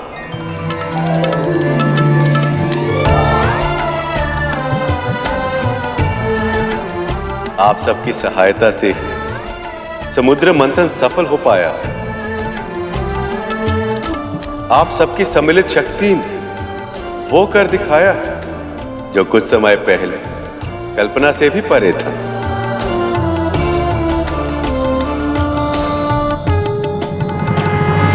सत्य कहा था माँ ने। ये सब किसी स्वप्न जैसा ही तो है। इतने समय तक वैकुंठ में रहने के बाद यहाँ से लौटने का तनिक भी मन नहीं कर रहा, परंतु माँ को अकेले भी तो नहीं छोड़ सकता।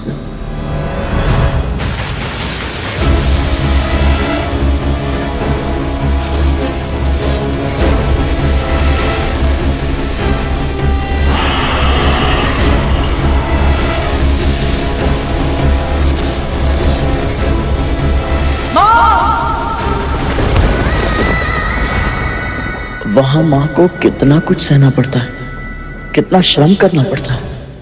और इस मंथन में मंदराचल का योगदान कोई चाहे भी तो भूल नहीं सकता। अब आप अपने मूल स्थान पर लौट जाएं। मैं आपको यह आशीर्वाद देता हूं कि आपकी सतह पर सदैव दुर्लभ से दुर्लभ जड़ी बूटियां और औषधीय पौधे उगते रहेंगे, जो अनंत काल तक मानव जाति की सेवा करेंगे। और उसके कारण कोई भी पृथ्वीवासी आपको कभी भूल नहीं पाएगा।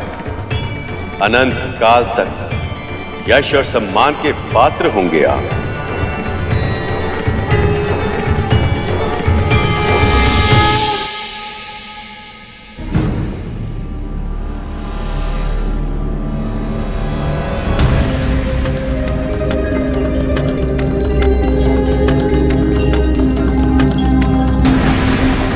अब समय आ गया है सखा, वासुकी को उसके घाव से मुक्ति देकर उसे अपना आशीष प्रदान करें। अवश्य सखा।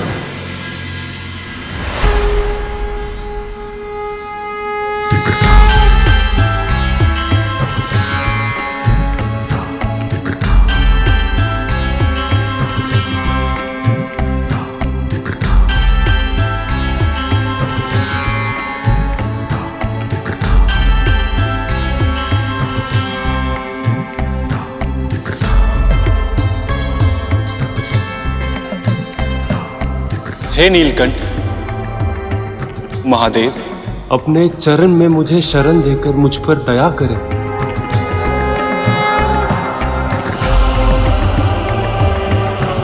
उठो वासुकी, उठो।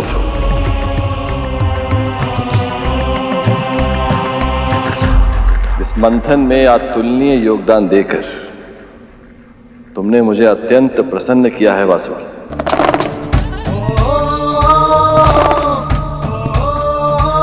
अब से तुम्हारा स्थान मेरे चरणों में नहीं, ऊपर है, बहुत ऊपर। प्रभु,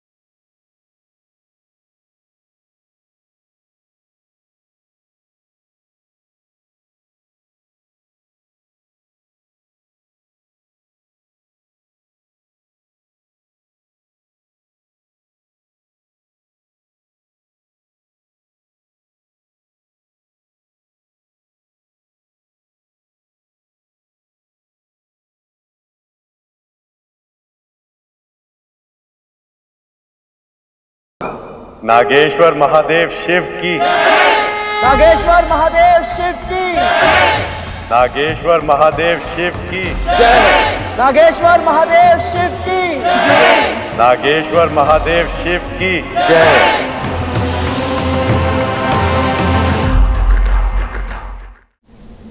मां के आशीर्वाद के बिना संसार का कोई भी कार्य सफलतापूर्वक संपन्न नहीं किया जा सकता। आपकी प्रार्थना की शक्ति ने ही हमारी विजय को संभव बनाया है मां। आपको कोटि कोटि प्रणाम।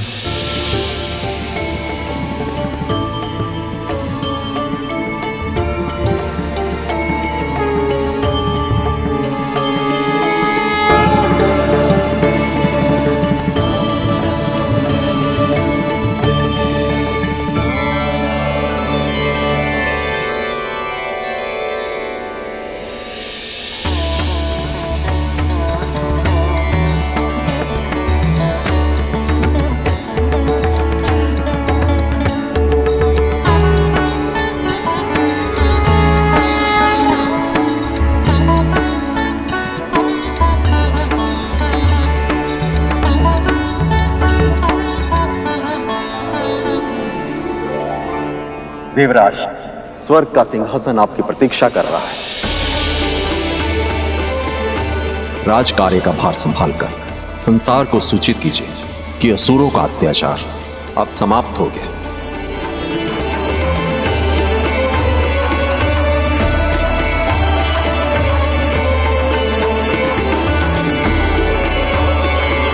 हे परम पिता, परम प्रभु नारायण, आपकी कृपा के कारण ही आज हम सब इस शुभ क्षण के साक्षी बन पाए हैं। मैं देवराज इंद्र सभी देवताओं की ओर से आपको वचन देता हूं कि हम अपनी शक्ति का उपयोग सदा सर्वदा धर्म की रक्षा करने के लिए ही करेंगे।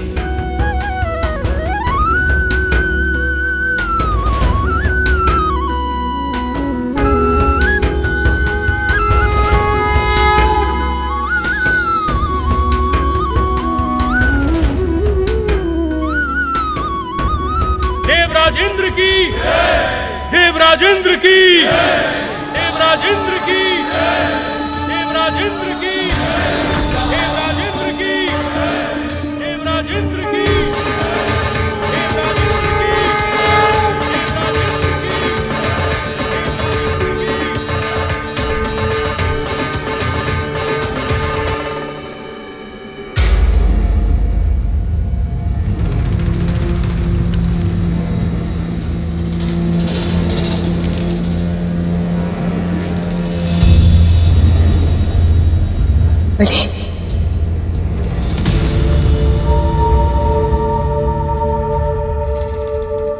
गुरुदेव,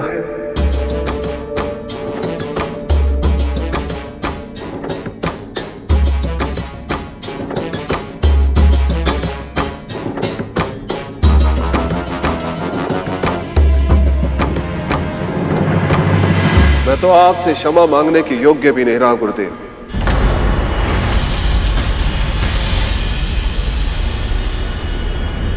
आपने बार बार चेतावनी दी थी मुझे कि मंथन में भाग मत लेना,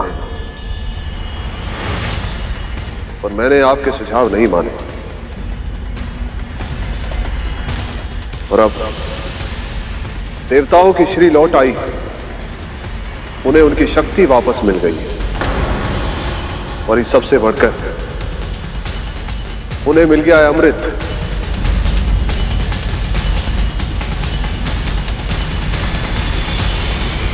मां,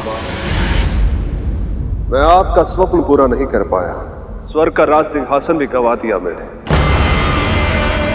और इस सब में देवताओं के छल बल से अधिक योगदान मेरी मूर्खता का है। पुत्र,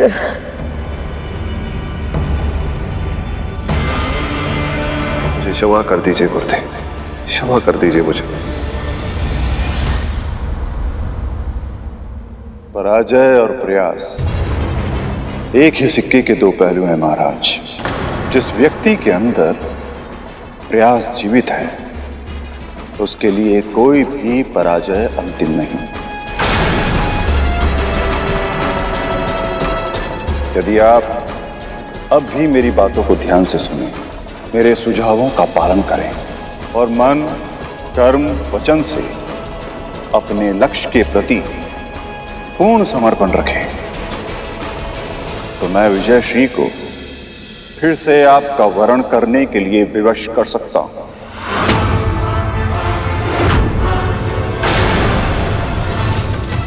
और जो कुछ भी आपने खोया है वो सब कुछ और उसके अतिरिक्त बहुत कुछ आप प्राप्त कर सकते हैं।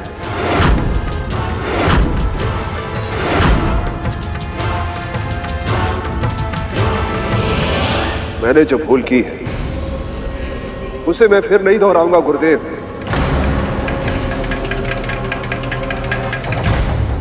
आपके हर सुझाव का आदेश की तरह पालन करूंगा। आपके दिखाए मार्ग पर चलूंगा मैं।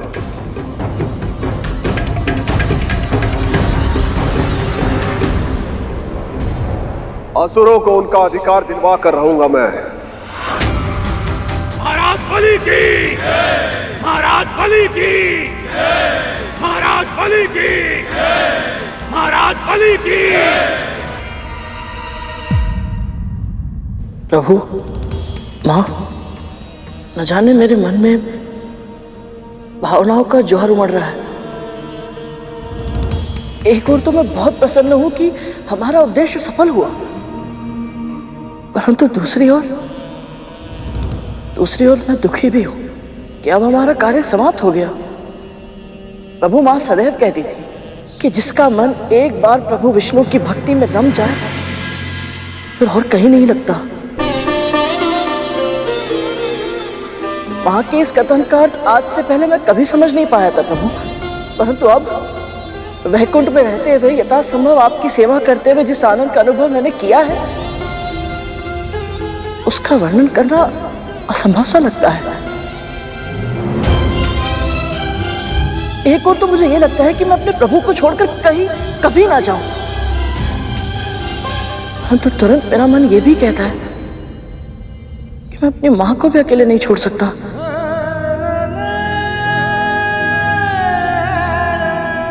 और विशेष रूप से तब जब बड़ी मां के कारण प्रतिदिन प्रतिक्षण वो यातना और अपमान का जीवन जीने के लिए विवश है।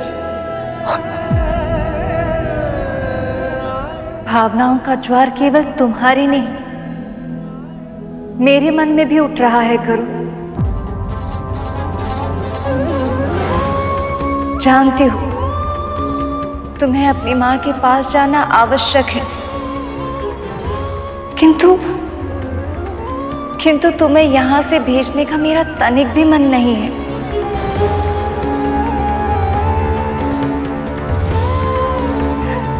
आशा की किरण की तरह मिले थे तुम मुझे जब मैं स्वामी के प्रतीक्षा में व्याकुल थी।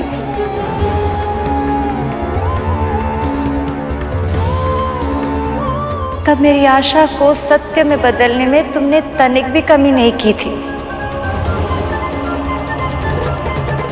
समुद्र मंथन जैसे विराट कार्य को सफल बनाने में तुम्हारा अद्भुत योगदान है करुण। देवी लक्ष्मी सत्य कह रही है गरुड़, पर स्मरण रहे जीवन में कभी कुछ भी स्थायी नहीं होता। आज देवी विंता को तुम्हारी आवश्यकता है, इसलिए तुम वैकुंठ और हमें छोड़कर जा रहे हो, पर शीघ्र ही हम फिर मिलेंगे।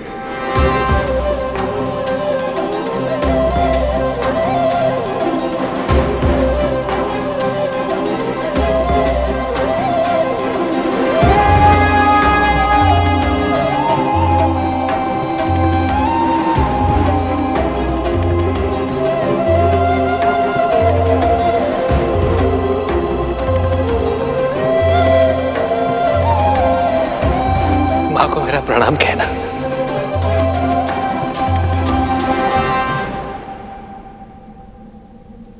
आज्ञा दीजिए प्रभु।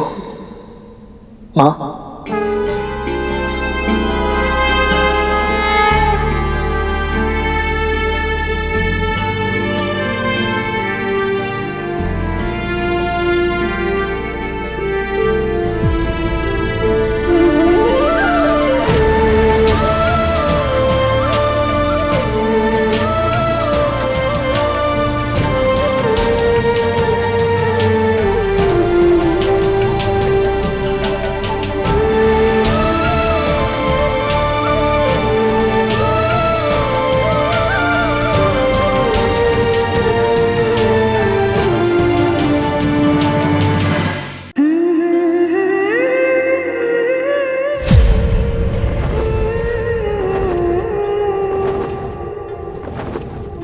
गरुड़,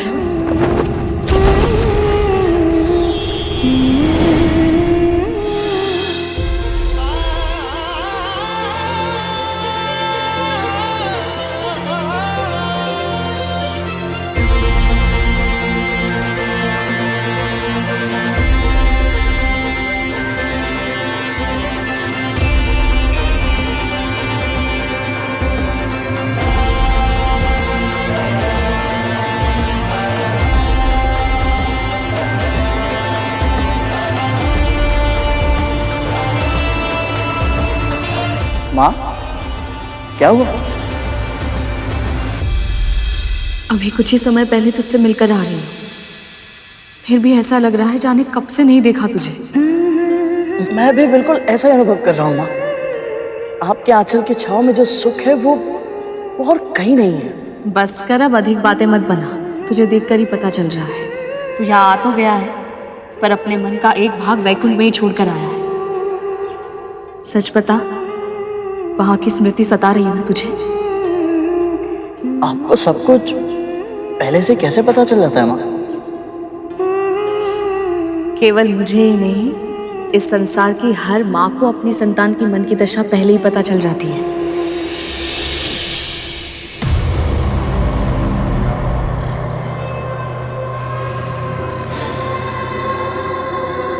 आ गया तू?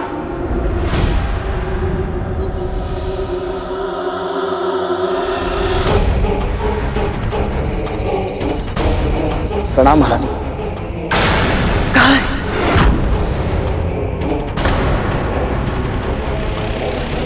तू रिक्त हाथों से क्यों आया है? मेरे भाग का अमृत क्यों नहीं लाया तू?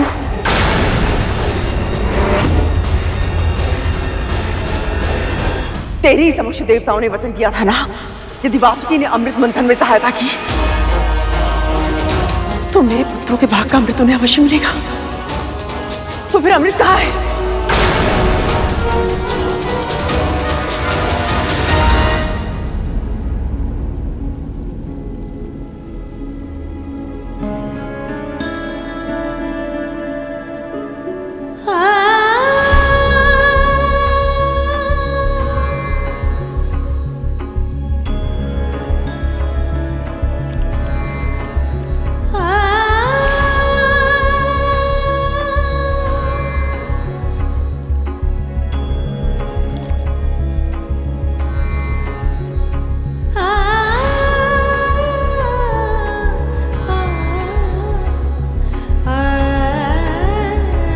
आप कमल का फूल खिला रही और आपके मुख पर मुरझाए हुए फूलों से उदासी, ऐसा क्यों देवी?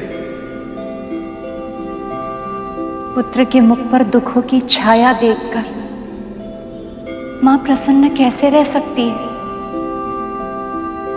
आप गरुड़ के लिए चिंतित हैं ना देवी? प्रभु, आपने अपने हृदय में स्थान देकर मुझे सब कुछ दिया है, पर यदि मैं आपसे कोई उपहार मांगू तो? आपको प्रसन्न करने के लिए मुझे जो भी करना हो मैं वो अवश्य करूंगा देवी।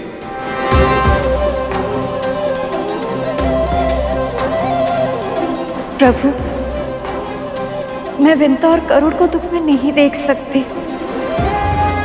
आप कुछ कीजिए ना, उन्हें दासत्व से मुक्त करने के लिए उनकी सहायता कीजिए ना प्रभु।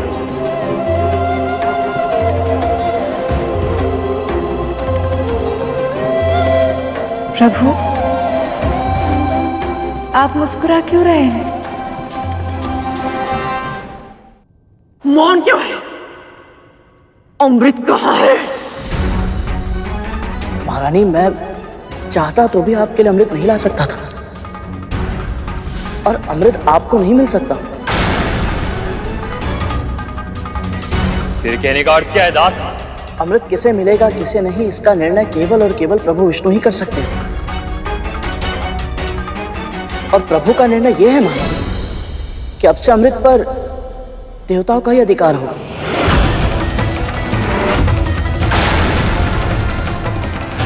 यहां तक कि असुरों को भी अमृत नहीं मिला है। ये कैसे संभव है? जब वासुकी को लेके जाना था तब देवताओं और असुरों दोनों ने सहमति दी थी कि मेरे पुत्रों में भी अमृत बांटा जाएगा। परंतु जो वस्तु उनकी थी ही नहीं, उसके लिए सहमति देने का अधिकार भी नहीं था उनके पास। उन्होंने आपको ऐसा वचन दिया था जो वो कभी पूरा नहीं कर सकते थे। यह निर्णय केवल और केवल श्री नारायण का ही है। पता है, जब राहु ने छल से देवताओं की पंक्तियों में बैठकर अमृत का पान किया तो प्रभु ने अपने सुदर्शन चक्र से उसका शीश धड़ से अलग कर दिया था। अमृत ग्रहण करने के बाद भी उसका जीवन मृत्यु से भी बुरा है। महारानी, मेरा सुझाव तो यही है कि आपको अमृत को भूलकर प्रभु के निर्णय को स्वीकार कर लेना चाहिए।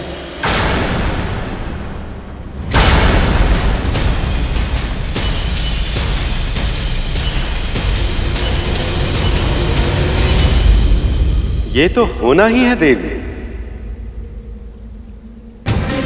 पर गरुड़ के जीवन का उद्देश्य केवल दासता से मुक्ति पाना नहीं, उसके लिए एक बहुत बड़ा लक्ष्य निर्धारित किया है मैंने। कैसा लक्ष्य प्रभु? इंद्र से सहस्त्र गुना अधिक बलवान होने का वरदान गरुड़ को एक विशेष कारण से मिला, क्योंकि आने वाले समय में उसे मेरा वाहन बनना, क्योंकि आने वाले समय में उसे मेरा वाहन बनना, क्योंकि आने वाले समय में उसे मेरा वाहन बनना, क्योंकि आने वाले समय में उसे मेरा वाहन बनना। सत्य प्रभु, इससे उत्तम और क्या हो सकता है? गरुड़ तन से बलवान, मन से सात्विक, वो साहसी है, धैर्यशील है और अपने दायित्वों को वो अच्छे से निभाना जानता है। पर उसका सबसे विशेष गुण उसके संस्कार हैं देवी। अमृत का कलश उसके हाथों में था, किंतु तब एक बूंद पीने तक का विचार उसके मन में नहीं आया।